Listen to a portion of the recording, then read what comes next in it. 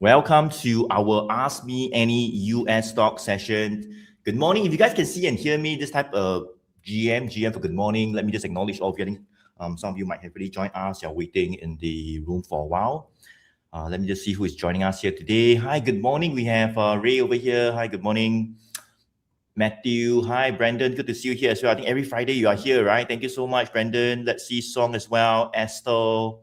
Good morning, Carol, Dex, welcome to this live session that is happening right now on YouTube as well as on Facebook. Good morning, Joseph, John, Colleen, welcome to this Ask Me Any Stock US market session, right? So essentially, what is this entire live session about? Well, you know, you have been following me for a while. Every Friday since the beginning of last year, we go live, right? And we pretty much cover the Singapore and even the US market. So we alternate between the Singapore and the US market. So last Friday was Singapore, right? So this Friday is back to the US market, right? So if you're looking at any US stocks, right? Any US stocks, I mean, there's like thousands of US stocks, right? But you're looking at any US stocks and you want a quick opinion. You're not too sure what to do. You don't know where to buy. You don't know when to get in. You bought last week, last year, not too sure what to do. Well, you're in the right place because in today's session, we'll be talking about the US market. All right. So if we have not met before, my name is Choy, top-tier advisor, trader in Philips Securities. I've been doing this for more than 15 years now. All right. Pretty much focusing on this strategy called the one good trend strategy. And you know, we have what we call a framework, a structure, a 7-step checklist to do it. We even have a tool called the One Good Trend Pro indicator that just guides us, me and my team, on what to do on any single stock in seconds, right? Not in hours or minutes, in seconds, right? Because we use this tool, we know whether to buy, to sell, to wait, to do nothing, to be patient. We know it, right? So that's what we'll use later in today's live session, like what we do every single week. All right, so we'll cover your US stock. So how it works is this, right? Very simple. We'll do a quick market outlook as to what is happening in the market right now over the past 1 week. And then we'll dive into the US stocks, right, that you guys are asking about in the next very important segment. I think that's the reason why you are here, right?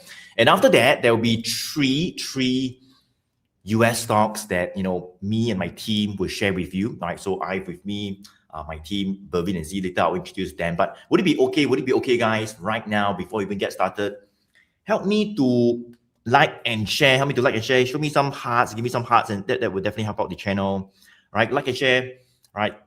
You know, I think there should be a heart shape button somewhere. And of course, if you have not yet subscribed, right, go hit on the subscribe button, all right, whether you're on YouTube or maybe if you're on Facebook, just hit the follow button so that when we go live, you will be alerted as well. Thank you so much for all the hearts and you know, really appreciate all of you coming over here, joining me today, right? Okay, very good. So let me just go ahead to introduce to you, my team member today. Z is not with us. Z will be probably joining us like next Friday, but I have with me my team as well, joining me every single week. We have Bervin, one of the top brokers under me in Philips Securities, serving our thousands of clients, assisting in our group coaching sessions, our one-on-one calls with our mentees, even assisting our team's portfolio manager with an 8-figure portfolio management business. All right, and Bervin is a CFA, Chartered Financial Analyst, basically not just an expert in charts or in technicals or in the one good trend, but also very strong, right? Fundamentals, all right? And that's where, you know, I do consult him as well at certain times, all right? So let me just pass on the mic to Bervin just to share a bit of himself. Bervin, go ahead, yours. All right. Thanks, Joey, for the introduction. Hi, everyone. Welcome back to the weekly AMAS session. Today, we're covering the US market. I think for those of you guys who have been following the US market, definitely. So far in May, it looks like, you know, it has been quite good, right? It's been quite good. Everything, some selective sectors has been going up. Specifically, you know, if you're looking at the AI play, some of it has gone up. Nvidia just announced their earnings as well. So a lot of exciting moves in the market that's actually happening.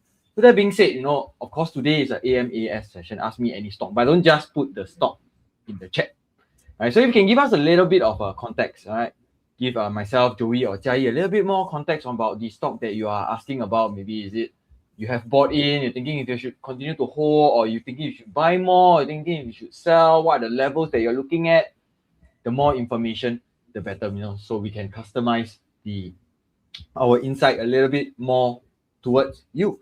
All right, so I guess today we have a lot to cover, a lot of stuff to cover. We try to cover as many as we can, but of course, if we are not able to cover all those stocks, I'm so sorry. But if you would like to just find out a little bit about the 1GT framework for yourself, so you can do all of this on your own, do the same analysis on your own. I think Joey is hosting a free webinar on the 26th of May, 7:30 p.m. All right, it's online, it's not physical.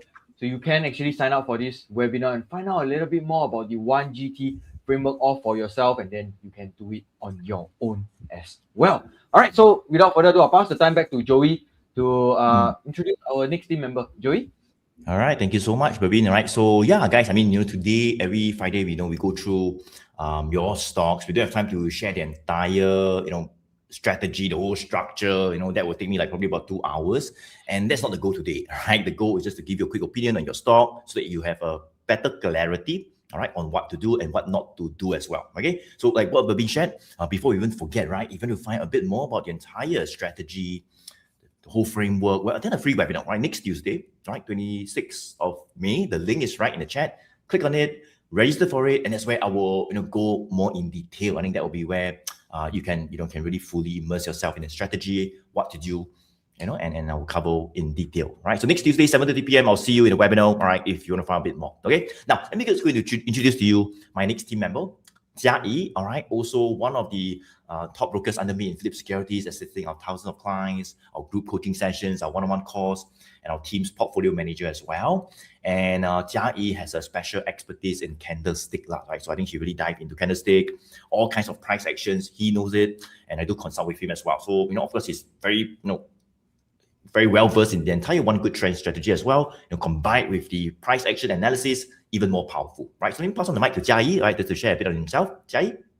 All right, thank you, Joey, for the short introduction. So basically, those who don't know me, I'm Jai, and I've been assisting Joey with his operation, client servicing, and also execution since 2023. So supporting my team and also the clients along the way. So like what Bhavin had mentioned, today we'll be focusing on the US market, and I think the market has continued to show react to mixed factors, like including the interest rate expectation, inflation data, and also the earnings especially Nvidia's earnings recently. So I think we still see some stronger movement in across certain sectors, like the tech and AI. While some investors still remain cautious about the broader economic conditions. So I think for today's session, let's take this opportunity to look through the charts together, understand how the market is actually reacting to recent development, and also identify potential setups and opportunity along the way as well. So those who are actually interested to find out more about how this 1GT framework can guide you along your trading, you also can attend the webinar, which is free, like what I mentioned. Feel free to join Joey to listen to his webinar next Tuesday.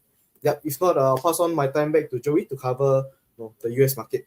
All right, okay, thank you so much. Let's move ahead, get started. Just a quick disclaimer, guys. Whatever that's being shared, as usual, just for education purposes only. So please do your own due diligence, right? Do a bit of homework. We're not asking you to buy or sell anything, all right? We're just showing you our methodology, the framework that we're using, the tools that we're using that just makes it so much more systematic, all right? And you decide and control your own decisions. All right, so let's get started right now. Let's take a look at the markets, all right? Let's take a look at the markets very quickly. All right, type of MM for markets, guys. If you want me to do a quick market outlook, 3 minutes, all right? Type M for markets. Before I do that, let me know, right? M for markets, let's see.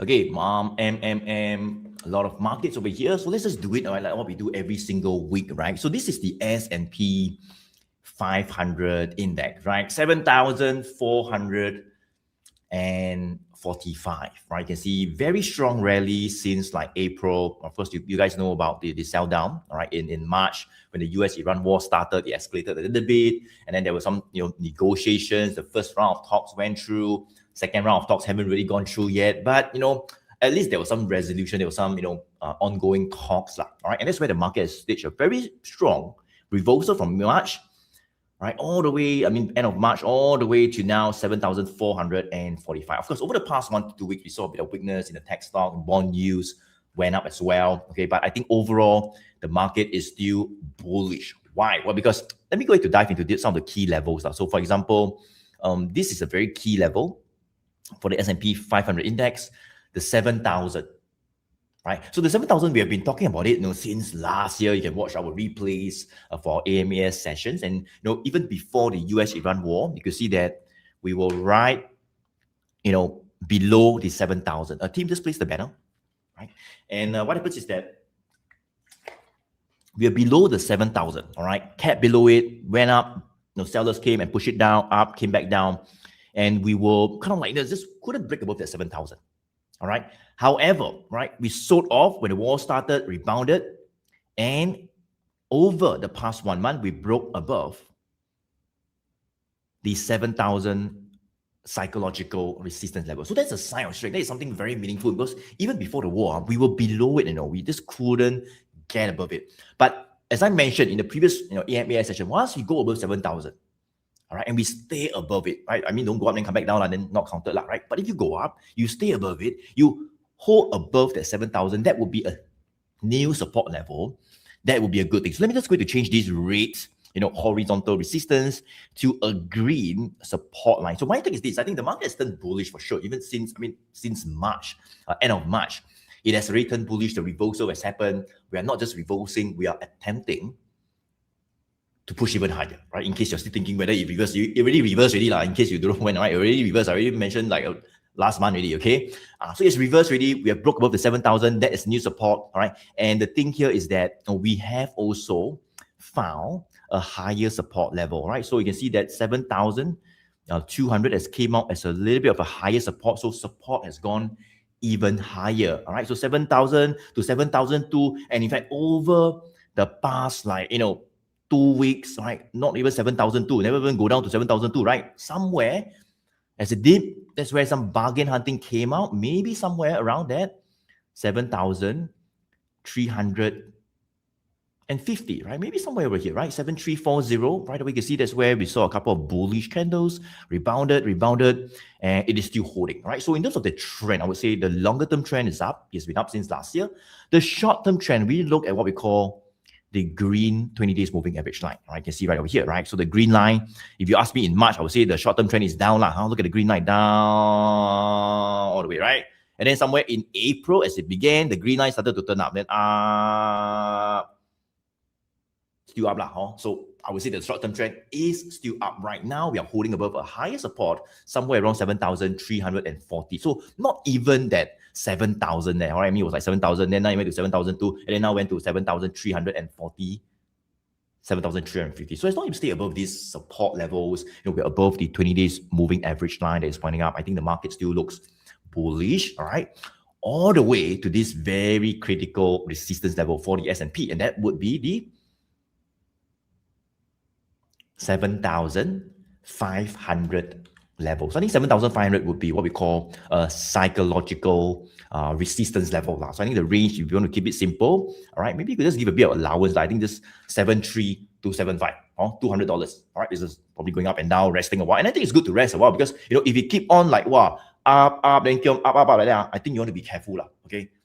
But if it goes up and then you rest for 1-2 weeks, maybe 1 month, fine, healthy, sustainable uptrend. And that's what we like, all right? That's what we like, not just for the market, but for stocks as well, that we are looking at, that we're looking to buy as well, right? We want to see a healthy uptrend, a bit of consolidation as we move up. And that's exactly what we're seeing in the markets right now. I think we saw a bit of a pullback, went down to support, buyers came back, and over the past 2 days, rebounding back up, all right? Now, that's the technical analysis. That's a manual analysis, all right? What we can do, as I say, is that I have these two. Okay, let me just go to this move off of this drawing, all right? And I have these two that allows me to know what to do in any stock, even the markets, in seconds, right? The one good trend pro indicator. Right over here, I can turn on the very first box, right?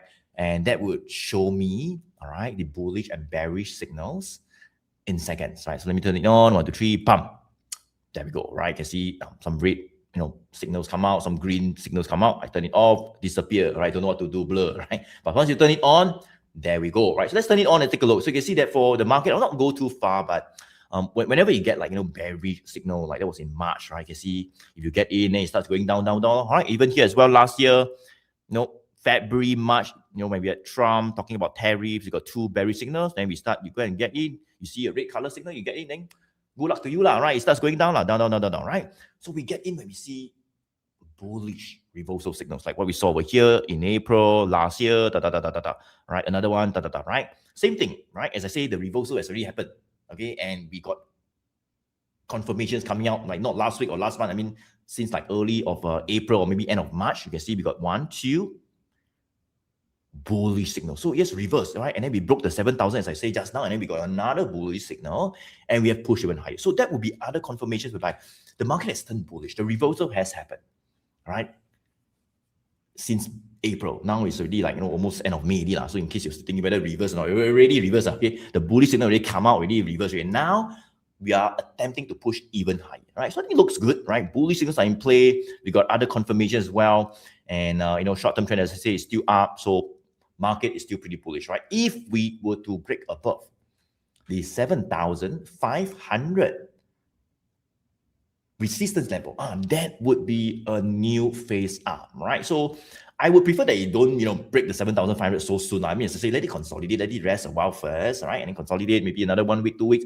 Then we break the 7,500, right? Like what we did for 7,000 previously. You can see after 7,000, there we go, all right? Same thing. So the 7,000 was a psychological resistance level. Of course, that is a very critical resistance that we've been trading below for 6 to 7 months, all right? The 7,005 is only like 1-2 weeks now. Of course, not as strong as 7,000 now. But the key here is this, right? It's the same thing, right?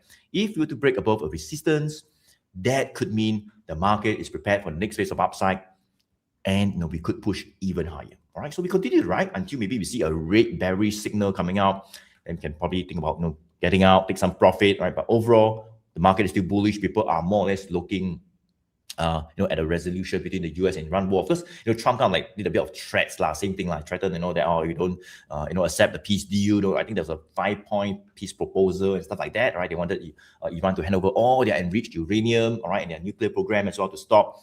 Okay, or maybe just keep like one nuclear site as something like that, right? But I think there was no agreement on that, right? But people are hoping that, you know, eventually will be done. Right? All that has already been priced in, okay? And even though the Straits of Hormuz is still effectively closed, right? And of course, US has done a blockade of the strait as well. Oil prices is still remaining elevated, all right? But I think all that has already been priced in, right? And that's why we have seen a rebound, all right, in terms of a potential resolution of this, you know, US-Iran war coming soon. All right, so that's the S&P 500 index. Now, let's go ahead to take a look at very quickly the Dow Jones right over here, okay, at 50,291. So you can see same thing for Dow Jones, right? A little bit different. Of course, the S&P will be the top 500 companies market cap in the US. Dow Jones will be more of the other plays, right? So one of the very popular index as well, the consumer plays, all right, and you can see that same thing. We got bearish signals coming out. I've turned on the 1GT Pro indicator. We got bearish signals coming out in March, right? Another one, and there we go, right? Down, all right? So the long-term trend was up, all right? But you can see for the short term, we went down. Same thing. Early April, we got a bullish signal, all right? So we have already reversed now, in case you're thinking when we have already reversed, okay? Now, we are approaching a very, very key resistance level, all right? So the Dow Jones, remember, was, I'm sorry, not the S&P 500 was 7,000, remember? Right, we talked about it, right? What is this for the Dow Jones? Well, this level is quite important, which I think you want to write it down. Let me show you, right? This number is the 50,000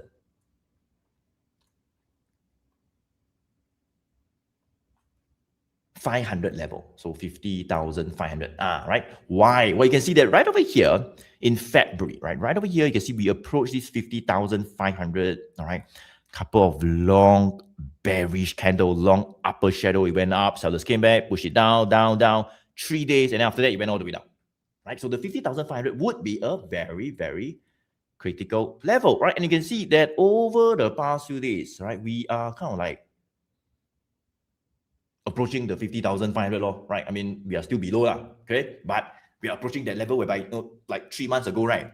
We were there and then we sold off, correct? So if, you know, now we are nearing it, there could be a potential whereby, you know, some selling could actually return because we were actually, you know, there and then we sold off, right? So that's where some selling or some profit taking can actually happen in the market, right? If you're looking at it from the Dow Jones perspective, right? But what I like is that, you know, we are seeing some pretty good bullish candles as we approach that resistance level. You can see previously, right, we were right here and then we saw like all the bearish candle and then it started coming down, right? But right now you can see last night, of course, it's only one day but last night at least we saw a pretty bullish candle as we approach it. We did not see like a red color, then one long low upper shadow and then it starts coming down, no, right?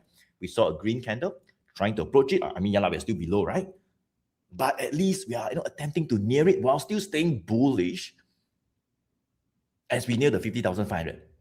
All right, I mean, right, so that's a sign of strength. That's a sign of strength. Of course, you want more confirmation, right? Then we need to break above the 50,500 resistance level. And when that happens, all right, that is where, right, we would potentially get a new second. I mean, you got the first one already, that was like in last month, right? But if that happens, we break the 50,500, we would get triggered a new second 1 GT bullish signal. I think that's where I would say that the market will be even more bullish. We are out of this, 5 months consolidation resistance level, all right? And we could push even higher. Or we could push even higher, maybe all the way to 52,000, 53,000. Targets can be revised. All right, so that's the Dow Jones, right? Write it down, 50,500. I think we are like just right below now. It's like 50,291, like almost, all right, like maybe 200-300 points, then it's reaching there, right? So let's see. I think over the next 1-2 weeks will be very crucial. If the Dow Jones were to break that level, overall market will be more bullish. I think that will lead maybe the S&P to push even higher as well. Okay, above that 7,500. Okay, Ken? So that's the market. Okay, very good. Now that we have covered the markets, I hope you guys have a better understanding of the markets, right? Some of the key levels. Let's move on to the very next segment. And for those of you who are just joining us, welcome. Welcome to the Ask Me Any Stock live session. We are looking at the US market. So I just covered the markets, right? So in case you miss anything, you can watch the replay. It'll be on my YouTube channel, all right, on Facebook as well. All right, but now let's go ahead to cover the next segment, which would be the US stocks that you guys are asking about, right? So do me a favor, guys, go ahead and type in the chat. I know some of you have already typed in the chat some of the US stocks you want a quick opinion on, right? Okay, but take note, guys, don't just type one alphabet there or one name there, right? Give us a bit of context, all right? Why? Because first of all, if you give us a bit of context, you put in the effort to type a bit, a bit of like explanation, we'll confirm give you more priority lah. But you just put one like, Microsoft there. I also don't know what you want to do about Microsoft, right? So give us a bit of context, right? And that's where we'll definitely give you a bit more priority, all right? And we'll put your comment up, everybody can see, and we'll go through live, right? And of course, if you give us context, then it's a bit more personalized to you, right? Also don't know what you want to do, right? So whether you want to buy, you bought last year, what price, last month, you want to sell, or you don't know what to do, context, that's where I think it'll be more helpful as well, right? So just give you guys a few seconds, go ahead, type in the chat the US stocks that you want a quick opinion on, and let me go to pick the very, very first stock for today before I pass on the mic to Jia-Yi, and then Jia-Yi will pass to Mervin, and then we do a round robin. So we try our best to cover as many as possible, maybe about 15 stocks each session. Okay, Ken? Okay, let's take a look at the chat messages right now. So thank you so much for those of you who are joining us. Let's see, right? Okay, let's take a look at this. ST25197. Good morning, Joey and team. Looking to buy Walmart. All right, thanks for giving me a bit of context rather than just typing Walmart. All right, so I know you want to buy lah. Okay, may I know what's a good entry price, please? Walmart. Okay, let's take a look at Walmart. Okay, Walmart. W-A-L Walmart. This one WMT, right? Let's take a look. Okay, let's take a look at Walmart. Okay, let's see. So this is Walmart. All right. ST25197. I hope you're still over here. I think you just, I think probably over here. All right. That's the very first stock. Okay, let me hide your comments right up here. Okay. So this is Walmart. You can see that I've turned on my 1GT Pro indicator. Let me just turn off the signals very quickly. All right. And you can see that for Walmart, well, I would say that we are in a very, very steady, consistent uptrend in the longer term. This is definitely one of the stocks that we could think of buying in terms of the long position, in terms of holding on for the longer term. Why? First of all, you can see that the long-term trend is up, right? The long-term trend is up. Look at the red line, 100 days moving average line is pointing up. The blue line is pointing up as well, the 200 days moving average. So both the red and blue line pointing up, red above the blue, well, longer term trend is up. But of course, in the short term, it doesn't mean that it cannot go sideways. It doesn't mean it cannot go down, right? It can, but at least, right, in the longer term, over the past 1 year, 2 years, right, I mean, I don't know when the rate has been above the blue since, I don't know, last year or what, right? But it's been up over the past 1-2 years, right? So we want to buy into strength. We want to buy into the stocks whereby the longer term trend is up, so that we're in the same direction as it. We're not against it. We'll never buy a stock that is, the trend is down in the longer term for the past 6 months, 1 year, 2 year, 5 years. It's like going down and down, and lower lows, lower high, and then but we will not do that. But in this case, you can see very clearly higher lows. All right, higher lows. We could draw what we call an upward sloping channel support line connecting the lows. All right, and you can see over the past few months as well, the lows got even higher. All right, now we are kind of like pulling back a little bit, right? But generally higher lows. Okay, so good one, right? So let's take a look at Walmart, which is you're looking to think about getting in on this stock, right? So what will be a good entry price? So let's go to turn on what we call the One Good Trend Pro indicator right over here to give us an opinion in seconds. Okay, so you can see that for Walmart, I will not go too far, but I can see that since like maybe even November, right? We got the first one GT bullish signal, the second one, the third one, all right? And what happens? There we go, right? I don't know how many percent would that be, but about 25%, right? 25%, right? Got a bearish signal, right? Started to see a bit of a profit taking consolidation. Then we rebound a bit, all right? Got bullish signals, went back up. Now, I would say that over the past few days, in fact, last night, we actually got a 1 GT bearish signal. I think there was some earnings announcement that was reported. Maybe it came in below expectation. Did not really follow this, right? But probably came in, even though it's a good profits, good earnings, but sometimes if it comes in below expectations, we can also see a sell down. All right, so I think that's what happened. We got a bearish signal, we gapped down a little bit. All right, yeah, look at this, right? Walmart revenue $177 billion, blah blah blah. Walmart stock fell after management issued quarterly and full year profit guidance below estimate. Yeah, so kind of like profit guidance, came in below estimate, not so good. Walmart CFO said that higher fuel costs, weaker tax refund may pressure consumer spending, so a bit of potential revenue earnings as well affected.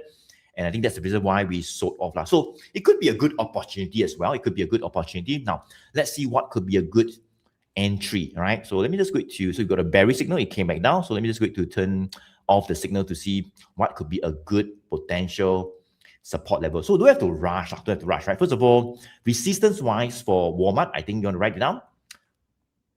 135. Right, 135. Look at this right over here, like two times. So what we always tell, our graduates, our mentees, and even my team as well, is that we are very, very okay to take some profit near a resistance level, right? So you can see that, for this, of course, now it really came down, but let's say if you have asked me like last week or something, right? And it was like maybe 130 here and then, all right? And that's what I would tell you would be like, it is always okay. I'll tell you that, 135 would be a very key resistance level. Of course, if you have got in now, right? But, basically, we have seen selling near 135 previously, right? So if you're to near 135 again, nothing wrong to take some profit, right? For those of you who have held it, I think that's kind of like the mindset to have. Nothing wrong to take some profit. Not all, take some, right? Near a resistance, because that's where we've seen selling previously, right? But good one, right? ST25197, right? Looking to get in, so you have not got in yet. Good, right? It could be a good entry, it could be a bit more attractive prices.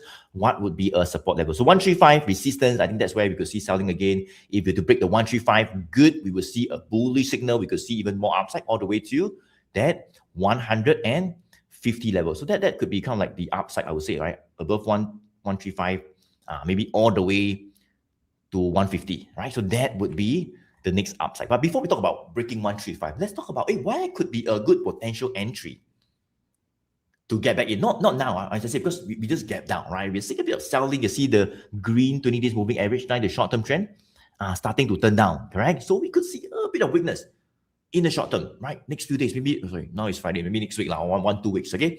But once it stabilizes near a support, a horizontal support, that is where you can start looking at it. So what would be a support? Well, you can see that in the past few months, I would say since beginning of the year, this level has came out as a pretty good support level, right? 115, right over here, you can see, held above it for like 2 weeks, went up, came back down, we neared it again, near 115 to 120, all right? And that is where, some bargain hunting came back. So I think anything near 115 to 120, that doesn't mean good, that means you never buy, as I say, we go there, we stabilize, we see the short-term trend, just not point down, okay? Maybe even some bullish reversal candles right over here. that could be an opportunity to think about loading up a little bit to get ready for the reversal. Why? Because as I say, the longer term trend is still up. So it could be a slight pullback, which I think is good, right? Because people have been saying, oh, it's going up, but too expensive, cannot buy. But now, this one coming down, then you also, think too much about it, right? So the thing here is that it could be a good, attractive opportunity to know if you know when to get in, right? Especially if you see some confirmation of that reversal all the way back up to 135, right? You see, that's also where the 200 days moving average line is, right? So I think anything 115 to 120, let it stabilize. It could even be 110. I think 110 as well. Look at this, right? 110 was a very good support. So anything in this range, 115 to 120, let it stabilize, okay?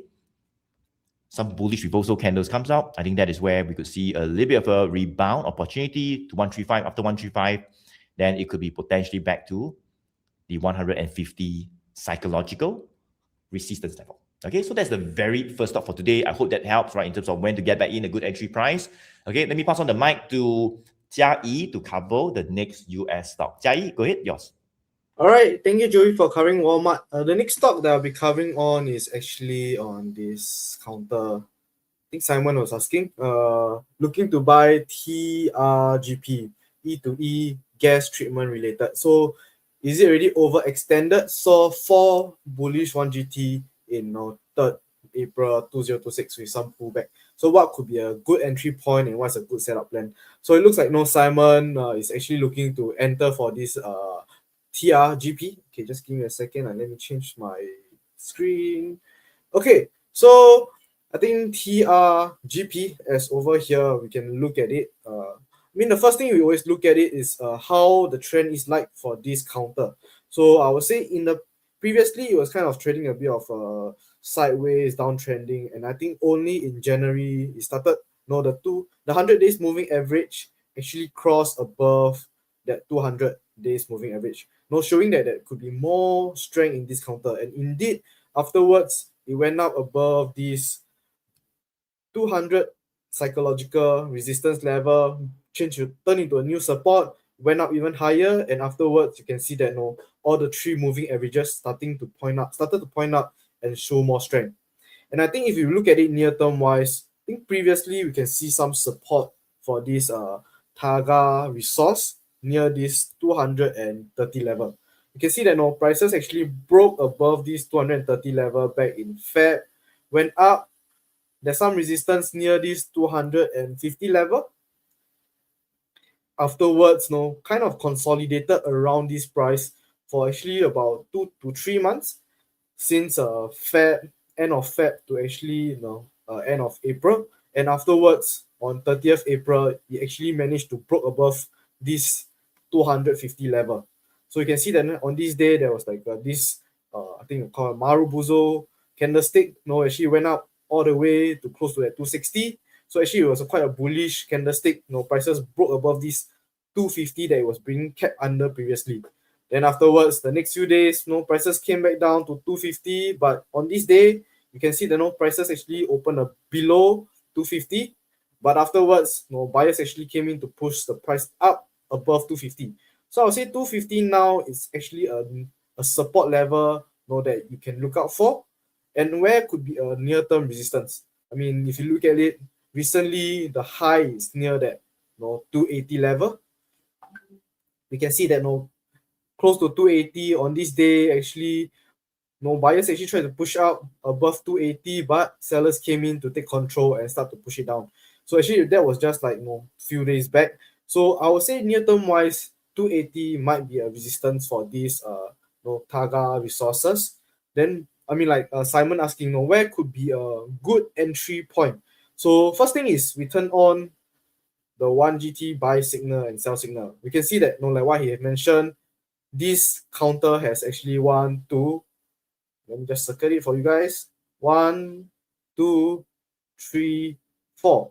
1GT bullish signal. So even though prices actually consolidate, pull back a bit, but it's still overall showing strength. There's still buying interest in this counter. So where could be a good potential entry point? So if we turn on the trailing support, okay, maybe before that, since we have identified that 250 previously was a resistance turned into a new support, this is where we could actually consider to enter, which is always near horizontal support. That's where buyers actually will come in to push up the price to support this level. So previously we mentioned that 250 was a resistance turned into a new support level. 250 might be a good entry level if prices pull back to this level. That could be an entry level. And if we were to turn on the 1GT, the trailing support and resistance, that could be also a guide on where could be a potential area as well. And actually, if you were to turn on, you notice that actually the trailing support, to account for the volatility for the stocks, the trailing support is also around that 250 level. So I would say, this 250 level to maybe 254 might be a good entry level or a support level that you can consider to enter for this counter. And afterwards, the near-term target might be towards that 280. And if you're asking where could be the next target if 280 were to break. So if prices break above this 280, I would say near term, the next target might be near that $300 psychological level. So if prices move back to 250, that could be a good entry level that you can consider to enter. 280 might be a first target that you might want to consider take some profit, and afterwards maybe $300 might be the next level that you can consider to take some profit as well. So I think this is for Taga Resources. Hopefully that answers your question, Simon, or where could be a good entry point. Or if prices break above 280 recently, now prices are still around at 280 resistance level, and if prices continue to show more strength and break above 280, this could be a new support level, which if you are slightly of a risk taker, you can also consider, after it breaks out above 280, that could be a new support level to consider with the target near term wise being 300. Yeah. So hopefully that answers your question on TRGP, Taga Resources. If not, I'll pass on my time to Bhavin to cover the next stock. All right, thanks, Jai. Okay, so the next one here, Elaine. Hi, good morning. So I wish to seek your views on two stocks. Firstly, SoundHound AI at an average cost of $8.03, and then Applied Digital at $33. Should I hold, sell, or increase my holdings? All right, good questions. Maybe I will cover SoundHound AI for you right here. Let me just throw it up. Okay, here we go. We have SoundHound AI on the stage or on the screen right now. All right, so previously, what happened was we had a couple of 1GT bearish signals, more than a couple actually. 1, 2, 3, 4 1GT bearish signals came in. Prices very quickly slipped down, right? From its high of $22 right there. There was the previous resistance, right? The previous resistance, prices tested it, not able to break higher. Weakness came in towards the end of last year. Prices pushed down lower, and even breaking that $13 resistance. Look at that, tested. Previously was a resistance, then support. The support was broken, turning back into a resistance. And right now, it is most recently testing that $10 level. All right, Lynn, you want to just take note of this $10 level for now. But what does the 100, 200 days moving average look like? We have the 100, 200 days moving average. Right there, the red line is the 100 days. The blue line is the 200 days. We have what we call a bearish crossover, where the red line crossed below the blue line, the 100 days crossing below the 200 days. We found a little bit of a support, I would say, at that psychological $6 level. All right, so it got in at about 803. So I'm guessing it's very, very, very recent, all right, in the last few weeks or so, or it could be somewhere in March or February. All right, so depending on where you got in, I mean, if you are a little bit of a risk taker, you got in recently, right? You see a couple of 1GT bullish signals, you got in. My question would be, you are getting in under the weakness of the 100 and 200 days moving average. The longer term trend is still down. All right, the blue above the red. Right? Although we see that 20 days moving average showing a little bit of strength. Couple days ago, breaking above the 100 days moving average, crossing above it right there. But just get that.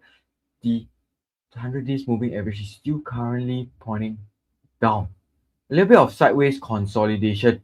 I'm not too sure if we are going to be able to find, all right, a new higher support. I think a new key support we want to watch, or a new key level we want to watch, is if that $10 level gives way once again. All right, but ultimately, yeah, if we just look at the nearer term trend, we have 21GT bullish, we have higher lows being formed as well, but this is all under weakness. The last thing you want would be if prices test the $10 level, comes back down, hits back lower, back to that $6 level, then definitely that's not too good already. But since you already got in, just want to take note of a few key levels. All right, so we can turn on what we call a trailing support and resistance line, like how Jia and Joey have turned on as well. You can see that trailing support is very, very close to that 750 horizontal support level. So in the nearer term, I think this is a very, very key level you want to watch out for. Right, you have already positioned yourself for an entry, and if that shorter term trend plays out and that longer term trend starts to reverse as well, great. All right, great. But what happens if it doesn't? We may see new 1GT bearish signals come in again. So at least for the nearer term, you want to have some alerts being set up underneath that 750 level. If you are able to turn on that 1GT indicator as well, you can set up a technical alert, 1GT bearish or bullish signal. Just right click right there, add alert, change the condition to your 1GT bearish or bullish signal here, right here. Buy or sell signal, same as chart, trigger once per bar, expiration open-ended, so it means it doesn't expire, and click on create. All right, so that means what happens when prices break below that trailing support, you will be alerted, you will be receiving, or you will be seeing a 1GT bullish or bearish signal. Recently, they announced earnings as well, showed some, it looks like it's not too bad. Company is still in the red, but it looks like that gap is narrowing a little bit. But we see that continued weakness. We may see a continued consolidation close to that 750, maybe upwards to that $8 level. That could be a lower consolidation zone waiting to happen as well. Another alert close to that $9 level, $9.90 to $10 level would be good as well, because this could be a potential sell zone. Right, potential sell zone. Nothing wrong for you to go ahead, if prices head up higher, take some profits close to that $10 level. Right, some is the keyword here. Right, because the longer term weakness is still there. You may not want such a big exposure for this counter, but you want to leave remaining exposure if that reversal continues to play out. But at this point of time, it only looks like the short term momentum is present. The longer term uptrend hasn't quite reversed just yet. I think a break above that $10 level could be where we see the next 1GT bullish signal show up. But it's still too early to say. Nobody can tell you if it will go up, go down, but at least we have a plan. What happens if it hits up? Right, we good. We can take some profit.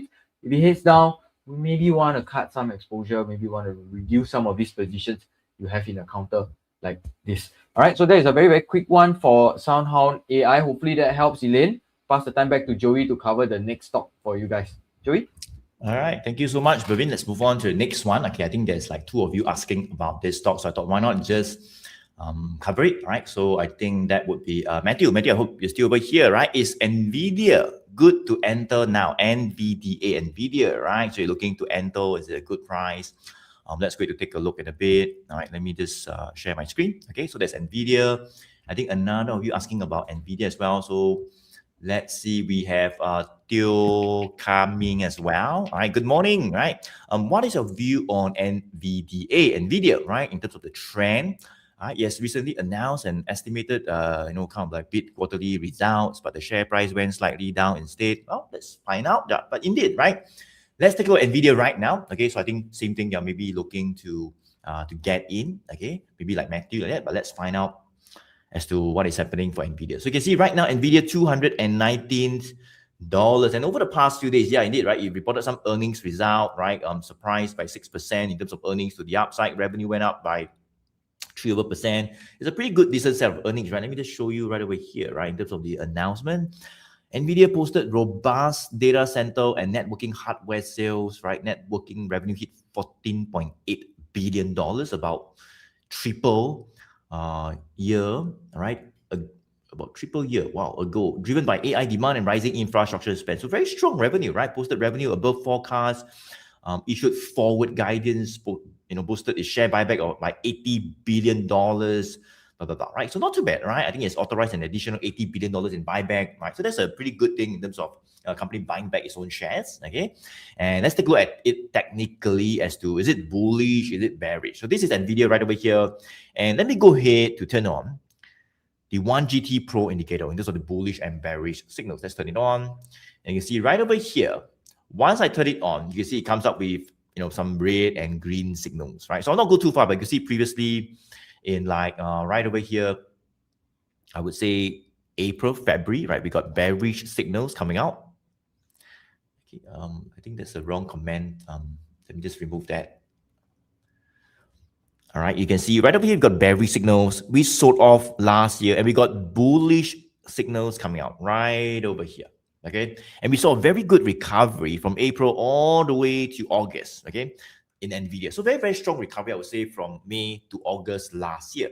But if you ask me, right, in September onwards, NVIDIA being the leader of the entire AI space, semiconductor play, the technology play, from September to April, right, if you ask me, I would say quite boring. Why? Because we will actually cap below this psychological $200 resistance level. You can see, right? Every time we go up, we got a bearish signal, come back down, go up, come back down, go up, come back down. So we will cap below this 200 psychological resistance level. Not 1 week, 1 month, 2 months, for like 8 months, right? For 8 months, from like September all the way to like April, okay? However, right, you can see that over the past 1.5 months, we got two, not one, but two 1GT bullish signals actually appearing, right? And the key here is that we have actually attempted to break the 200 psychological resistance level, right? So that's a good thing, because I mean, for the past like 8 months, we'll be going there and then coming back down, going there, coming back down, right? But now finally we broke above it. We kind of like stayed above it for a while, went up, retested it, right? A couple of reversal candles came out and we pushed away from the 200 psychological new support level. So now the price is above 200. It's like 219, right? In fact, we went all the way to about 23, let's say, I think maybe about 235, 236. A bit of a resistance over there. All right, I think that's where selling can happen. But overall, you could see that this 200 would come out as a new support level. So 200 would be a kind of like a pretty good psychological support. We want to be above it. If we are above it, we got bullish signals. Obviously, you can see the long-term trend, red and blue, up. The short-term trend, look at the green line, since 9th of April, more than a month back. I mean, it was like down in March with the US-Iran war, right? It went down, down, down. But in April, up. Now, still up, right? Okay, so yeah, so long-term trend up, short-term trend up. We got bullish signals. Support has been found at 200, but not even 200. It seems like, it doesn't even go back down to retest at 200 and come back up, right? Retrace back down a little bit, and we are indeed seeing some higher support being found already. So I would say not even 200, maybe right now. A little bit of resistance, you can see previously, right over here, retested, came back down, we broke above it, resistance, turned support. So maybe that would be a new support level, 215, 216, and now it's 219 now. You can see over the past 1 week, you can see right, hovering right over here, right, just above 215, 216, some buying pressure came back, and we went all the way up. So I think to keep it simple, well, the range is 215 to 235 $20 lah, 215 to 235. That is pretty much the range. If we were to stay above 215, well, I think the short-term trend is still intact. We're kind of like still above the green 20 days moving average. Like that kind of like coincides with the 215 that I talked about just now, right? Being a resistance turn support level, right? So that is another confirmation as well, right? So I think overall, not too bad. Is it good to enter now? Well, I think it looks good, right? Of course, have a plan, all right? In terms of the upside reward all the way to 235. If 235 were to give way, we can kind of like do a little bit of a projection upwards could be all the way maybe to 260, 270. I think that could be the next phase of upside, right? But my take is this, I think definitely a little bit more bullish, all right, since last month. Why? Because we've officially got out of the psychological 200 resistance. We got bullish signals, green line, 20 days moving average line, green line that represents the short-term trend that was going down, has turned up, long-term trend already up, right? So more things saying up than down, right? So I think it could be a good entry, right? Near those support levels that we talk about, right? With a plan. Okay, so that's for NVIDIA. I hope that helps, all right? Matthew, and also for let's see, coming, right? Thank you so much as well. Yep, so hope that helps as well in terms of your entry for NVIDIA if you're looking at an entry. Okay, now let me pass on the mic to Jia to cover the next US stock. Jia, yours. All right, thank you, Joey, for covering Nvidia. I think this counter, I mean, everyone believe a lot of people are looking at it, especially it's one of the Magnificent Seven. So yeah, hopefully, it helps on the analysis and helps you guide on what could be your trading plan and giving you some ideas. So I think the next stock that I'll be covering on will be actually by Kunan. So Kunan, I think he said that he bought C Limited SE at 95 and holding, and price has came down. So he's asking, now hold or add more. So maybe those in the chat, just to engage with you guys as well, maybe you guys can help Kunan to answer him whether he should be holding on or whether he should add on more. Maybe you guys can type in the chat what he should be doing. Should he add on more or hold on to what he has? Yep, so those who think that he should add on, you guys maybe can type add more or add. Then afterwards, those that think that he should be holding, maybe can type a H for hold.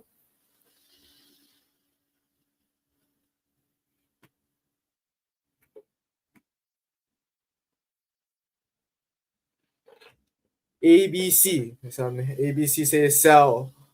Sam say add more. Sell. Hold, and get back already.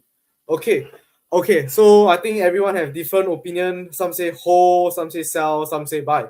So maybe let me go through, based on the 1GT framework, what should we be looking at and why should we be holding or buying more or selling.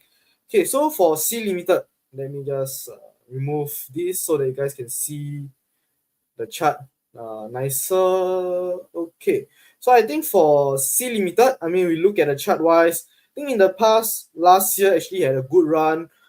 The 20 days has been moving upwards, but overall the 100 days and the 200 days has been pointing up since last year. But after it hit this $200 psychological level back in last year, October, you can see that actually prices pull back to maybe the support of about 160, but then afterwards, prices continue to break below supports, continue to show more weakness. The 20 days moving average start to point down, 100 days moving average start to flatten, and afterwards start to point down. And just recently, you can see that in Jan this year, the 100 days moving average actually crossed below the 200 days moving average. So it was actually not a very good indication for this counter. And if we were to zoom in into this counter near term wise, you can see that previously it broke below this 120 support as well, turning to a resistance. And recently, maybe we zoom in even more recent, you can see that $100 was a psychological support level. Prices in Feb came close to this $100 quite a few times back then. You see that it actually stay above back then for a few, maybe just a month, but afterwards it actually broke below this $100 psychological support, turning into a new the resistance. And afterwards prices came close to the new support of about $80. And if you look at it, it has been actually kind of consolidating around this $80 to $100 level from since start of March until now for the 2 months. So overall, I would say currently, if you look at the trend wise, 200 days moving average is actually pointing down, 100 days is already pointing down. Then the 20 days, you can see that it's actually kind of flattening a bit of trading sideways. And if we were to turn on the 1GT buy and sell signal. You can see that previously there was like 1, 2, 3, 1GT bearish signal in this counter. Just recently, we can see that there's a 1GT bullish signal that appeared. But doesn't mean that there's a 1GT bullish signal that appeared means you should buy into this counter immediately. We still need to look at the overall trend on this counter. How is it like? So actually we can see that overall it's still showing a lot of weakness. Long-term wise, mid-term is showing weakness. And like what Bervin mentioned, no, we don't want to buy into weakness. Overall, long-term weakness as well. So even though there's a 1GT bullish signal, overall, even it's showing a lot of weakness, we wouldn't want to enter for this counter. But for Kunan, actually, I saw that you actually really bought into this counter at 95 and holding, and price came down. So whether you should be holding or add on more, I would say first thing we look at it, the trend is down. We wouldn't want to add on more for downtrending stocks. We want to add on more for uptrending stocks. So for downtrending stocks, it could get even cheaper if it breaks below key support level. So I would say for C Limited, first thing is, if you're thinking of adding on more, no, you shouldn't be doing that. And where could be a key support level that you want to look at? Actually, 80 is a key support level that you want to look at. Prices actually stayed above this $80 for the past 2 months. And if we were to turn on that 1GT, the trailing support and resistance, actually if you look at it, right, the trailing support is also near the $80 level. So what this means? So if prices actually broke below this 80 psychological support level, it could mean that there's a 1GT bearish signal that will appear, and there could be more weakness into this counter. So I would say 80 might be a key support level that you want to look at. So Kunan, since you already entered for this counter and it's kind of already near around the price, in between the 80 to 100 level, I would say for now maybe you can consider to hold on. If prices go back to that $100, if you want, maybe you can let go since it's kind of a downtrending stock. Maybe when you start to show more strength, then maybe you can enter afterwards. But I would say the key support level that you want to look at is 80. If prices break below this 80 level, which is able to hold for the past 2 to 3 months, and if it breaks below this level, you might see that there might be more weakness into this counter, and by then you might have more losses. So when you enter into this counter, Kunan at 95, what was your trading plan?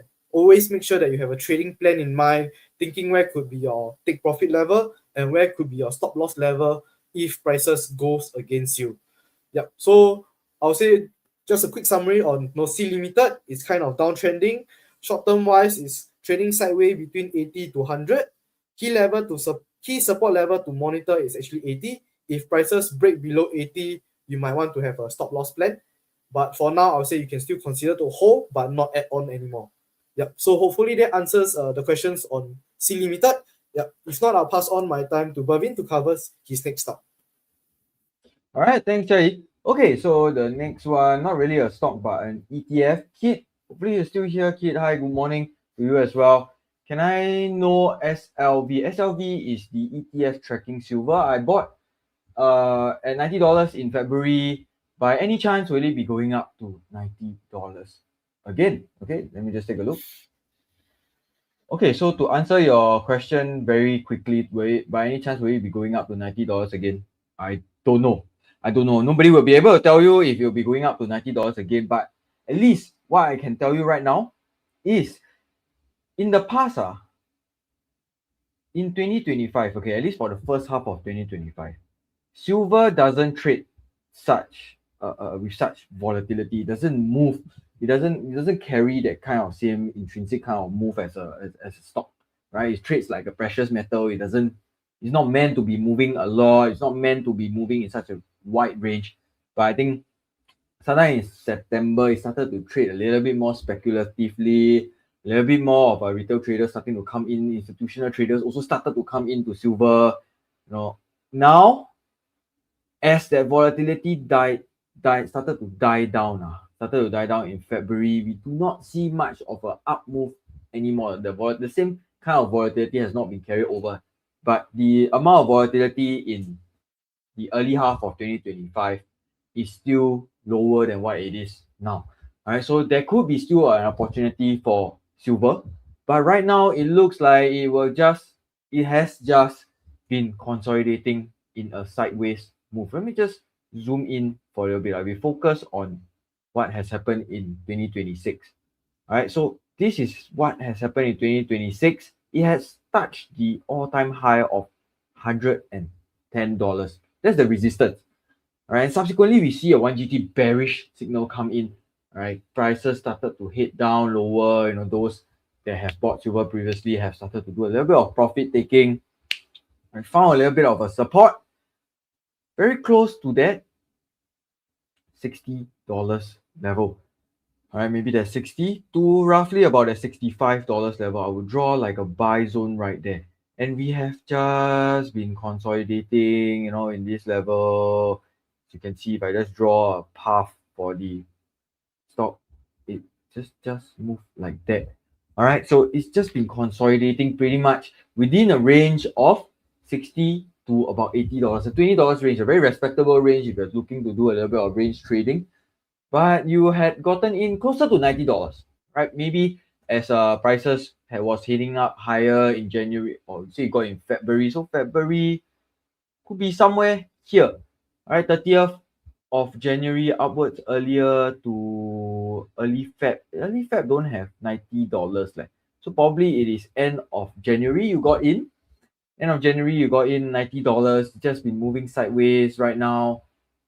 My thinking is, yes, so you have been holding from February. So the more pressing matter would be then opportunity cost.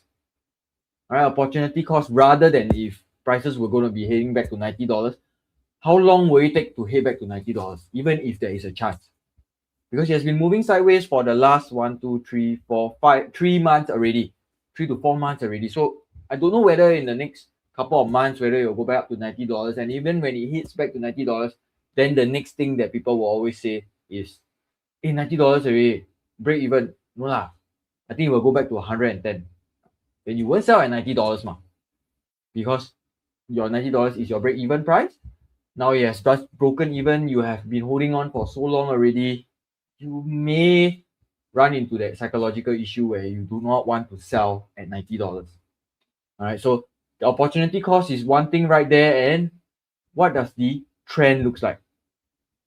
The 100 days moving average, let me just turn off that buy or sell signal first. The 100 days moving average is moving a little bit sideways. 200 days moving average, yes, it is still pointing up. All right, it's still pointing up. And that 20 days moving average is also moving sideways. So more likely than not, it will continue its consolidation pattern. As long as it holds above that $60 level, I think this consolidation upwards towards 80, I think some people might want to take some profits as well, may get in. At least you're not thinking about buying more. Because I don't recommend, to buy more to hold for a longer period of time, especially if the opportunity cost just continues to rise. You're not going to be selling anything even at $80. Then no point to be looking to even be buying any more. So what you want to do is maybe right now take a note that $60 is a key level you want to watch out for.